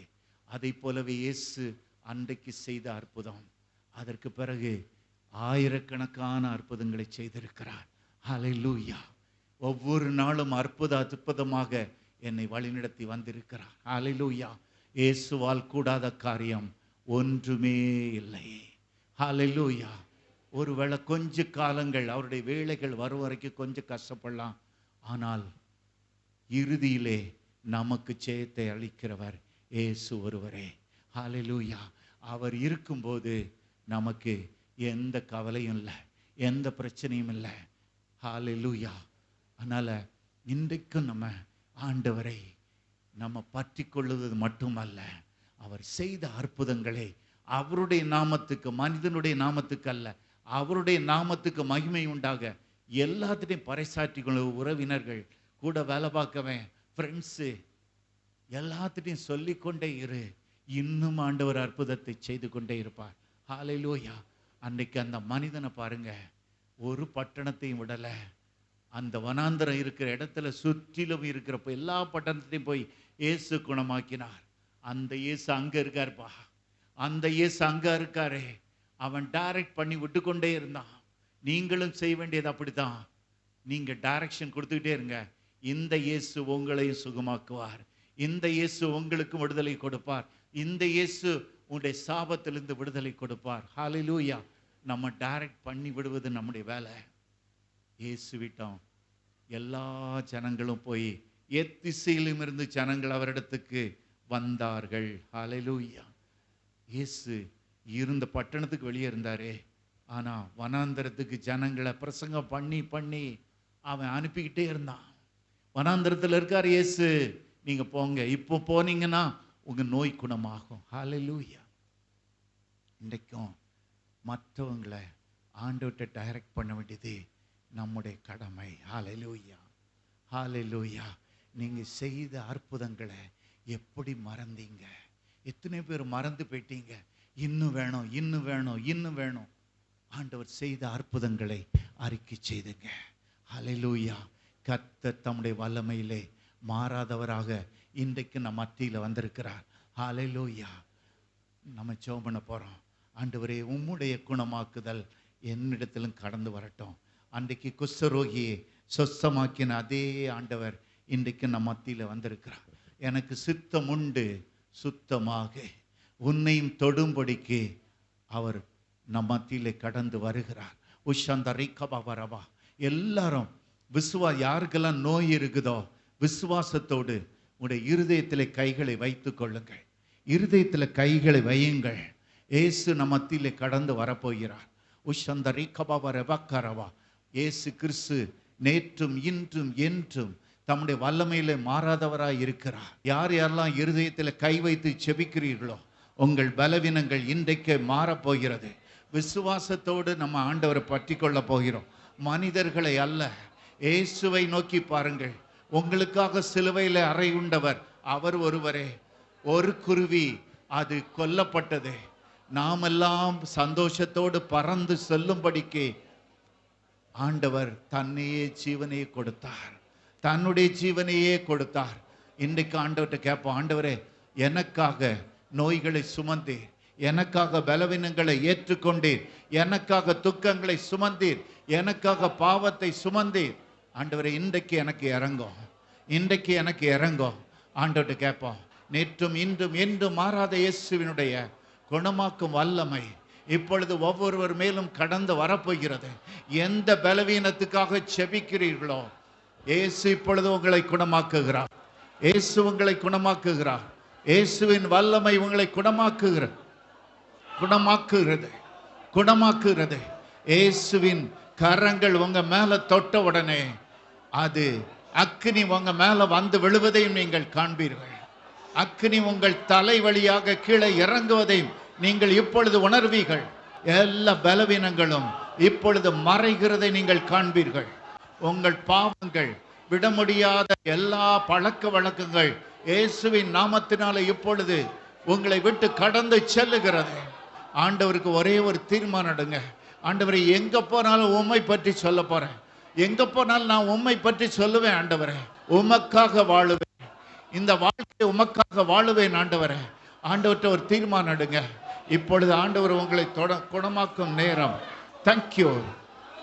அவருடைய அக்கினியின் கரங்கள், அவருடைய தேங்க்யூ உங்களுக்காக. தேங்க்யூ. ஆணிகளை ஏற்றுக்கொண்டு தேங்க்யூ. அவர் தேங்க்யூ. தன்னுடைய இரத்தத்தை சிந்தி கரம், அவருடைய துளையிடப்பட்ட கரம், ஆசீர்வதிக்கும் கரம், காயப்பட்ட கரம் இப்பொழுது உங்களை ஒவ்வொருவரையும் ஆசீர்வதிக்கும்படியாக, தேங்க்யூ, நோயுள்ளவர்களை குணமாக்கும்படியாக இப்பொழுது கடந்து வருகிறது. பிரியமான தேவ ஜனமே, நமது அன்பு சகோதரர் அவர்கள் கொடுத்த தேவ செய்தியை உங்களிடமாக நாங்கள் ஒளிபரப்பி உள்ளோம். இந்த தேவனுடைய வார்த்தை உங்கள் ஒவ்வொருவருக்கும் பிரயோஜனமாக இருந்திருக்கும் என்பதில் எனக்கு எந்த சந்தேகமும் இல்லை. இந்த தேவனுடைய வார்த்தையை மற்றவர்களிடமாகவும் நீங்கள் பகிர்ந்து கொள்ளும்படி உங்களை நான் அன்போடு கூட கேட்டுக்கொள்கிறேன். உங்களுக்கு இருக்கும் ஜெப விண்ணப்பங்களை எங்களிடமாக தெரியப்படுத்த நாங்கள் வாஞ்சிக்கிறோம். திரையில் காணப்படுகிற தொலைபேசி எண்ணிற்கும் அலைபேசி எண்களுக்கும் நீங்கள் அழைத்து உங்கள் ஜெப விண்ணப்பங்களை சொல்லும் பொழுது உங்களுக்காக நாங்கள் ஜெபிக்க ஏதுவாக இருக்கும். 24 மணி நேரமும் உங்களுக்காக நாங்கள் ஜெபிக்க வாஞ்சிக்கிறோம். திரையில் காணப்படும் எண்ணை நீங்கள் தொடர்பு கொண்டால் தேவனுடைய வார்த்தையை உங்களுக்கு நேராக ஊழியர்கள் கொண்டு வருவார்கள். எங்களது இணையதள சேவைகள் யாவும் திரையில் காணப்படுகிறது.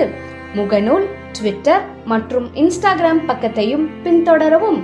எங்களது யூடியூப் சேனலை நீங்கள் சப்ஸ்கிரைப் செய்யும் பொழுது இதில் பதிவிடப்படும் தேவனுடைய வார்த்தை உங்கள் வீடுகளுக்குள்ளாகவும் உங்கள் கைகளுக்குள்ளாகவும் புறப்பட்டு வரும். நமது ஊழியத்தின் உபவாச கூட்டங்களுக்கு உங்களை நாங்கள் அன்போடு கூட அழைக்கிறோம். ஒவ்வொரு மாதமும் 1ஆம் வார சனிக்கிழமை கேரளா மூணாரில் உள்ள ஹோட்டல் ஹில்வியூவில் வைத்து உபவாச கூட்டம் நடைபெறுகிறது. கேரளா மூணார் சகோதர சகோதரிகளே, மறவாமல் கலந்து கொள்ளவும். ஒவ்வொரு மாதமும் 2வது வாரம் ஞாயிற்றுக்கிழமை மகாராஷ்டிராவில் உள்ள மும்பை கல்யாணில் வைத்து உபவாச கூட்டங்கள் நடைபெறுகிறது. மும்பை சகோதர சகோதரிகளே, தவறாமல் அதில் கலந்து கொள்ளுமாறு உங்களை அன்போடு கூட கேட்டுக்கொள்கிறோம். ஒவ்வொரு மாதமும் 3வது சனிக்கிழமை திருநெல்வேலி தென்காசி மாவட்டத்தில் உள்ள ஹோட்டல் ஆனந்தா கிளாசிக்கில் வைத்து உபவாச கூட்டங்கள் நடைபெறுகிறது. திருநெல்வேலி தென்காசி மாவட்டத்தில் உள்ள உங்கள் யாவரையும் அன்போடு கூட கலந்து கொள்ளும்படி உங்களை அழைக்கிறோம். ஒவ்வொரு மாதமும் 4வது ஞாயிற்றுக்கிழமை சென்னையில் வைத்து YMCA பிராட்வே ஹைகோர்ட்டிற்கு எதிரே உபவாச கூட்டங்கள் நடைபெறுகிறது. சென்னையில் இருக்கும் அன்பு சகோதர சகோதரிகளே, மறவாமல் பங்கேற்குமாறு உங்களை அழைக்கிறோம். இந்த உபவாச கூட்டங்கள் காலை 10 மணி முதல் மாலை 5 மணி வரை நடைபெறும். தவறாமல் எங்களோடு கூட கலந்து கொள்ளுங்கள். தேவ வல்லமையை பெற்றுக் கொள்ளுங்கள். இது குறித்து தானே விவரங்களை மேலும் அறிய திரையில் காணப்படும் எண்களை தொடர்பு கொள்ளவும். உங்களுக்கு சாட்சிகள் இருக்குமாயின் திரையில் காணப்படுகிற மின் அஞ்சல் முகவரிக்கு அதை பகிரும்படி உங்களை அன்போடு கூட கேட்டுக்கொள்கிறோம். எழுதி அனுப்ப வேண்டும் என்று விருப்பப்படுகிறவர்கள் திரையில் காணும் எங்கள் விலாசத்திற்கு உங்களது சாட்சிகளை கடிதம் வாயிலாக எங்களுக்கு அனுப்பிவிடுமாறு உங்களை நாங்கள் அன்போடு கூட கேட்டுக்கொள்கிறோம். கர்த்தர் தாமே உங்கள் ஒவ்வொருவரையும் ஆசீர்வதிப்பாராக. ஆமேன்.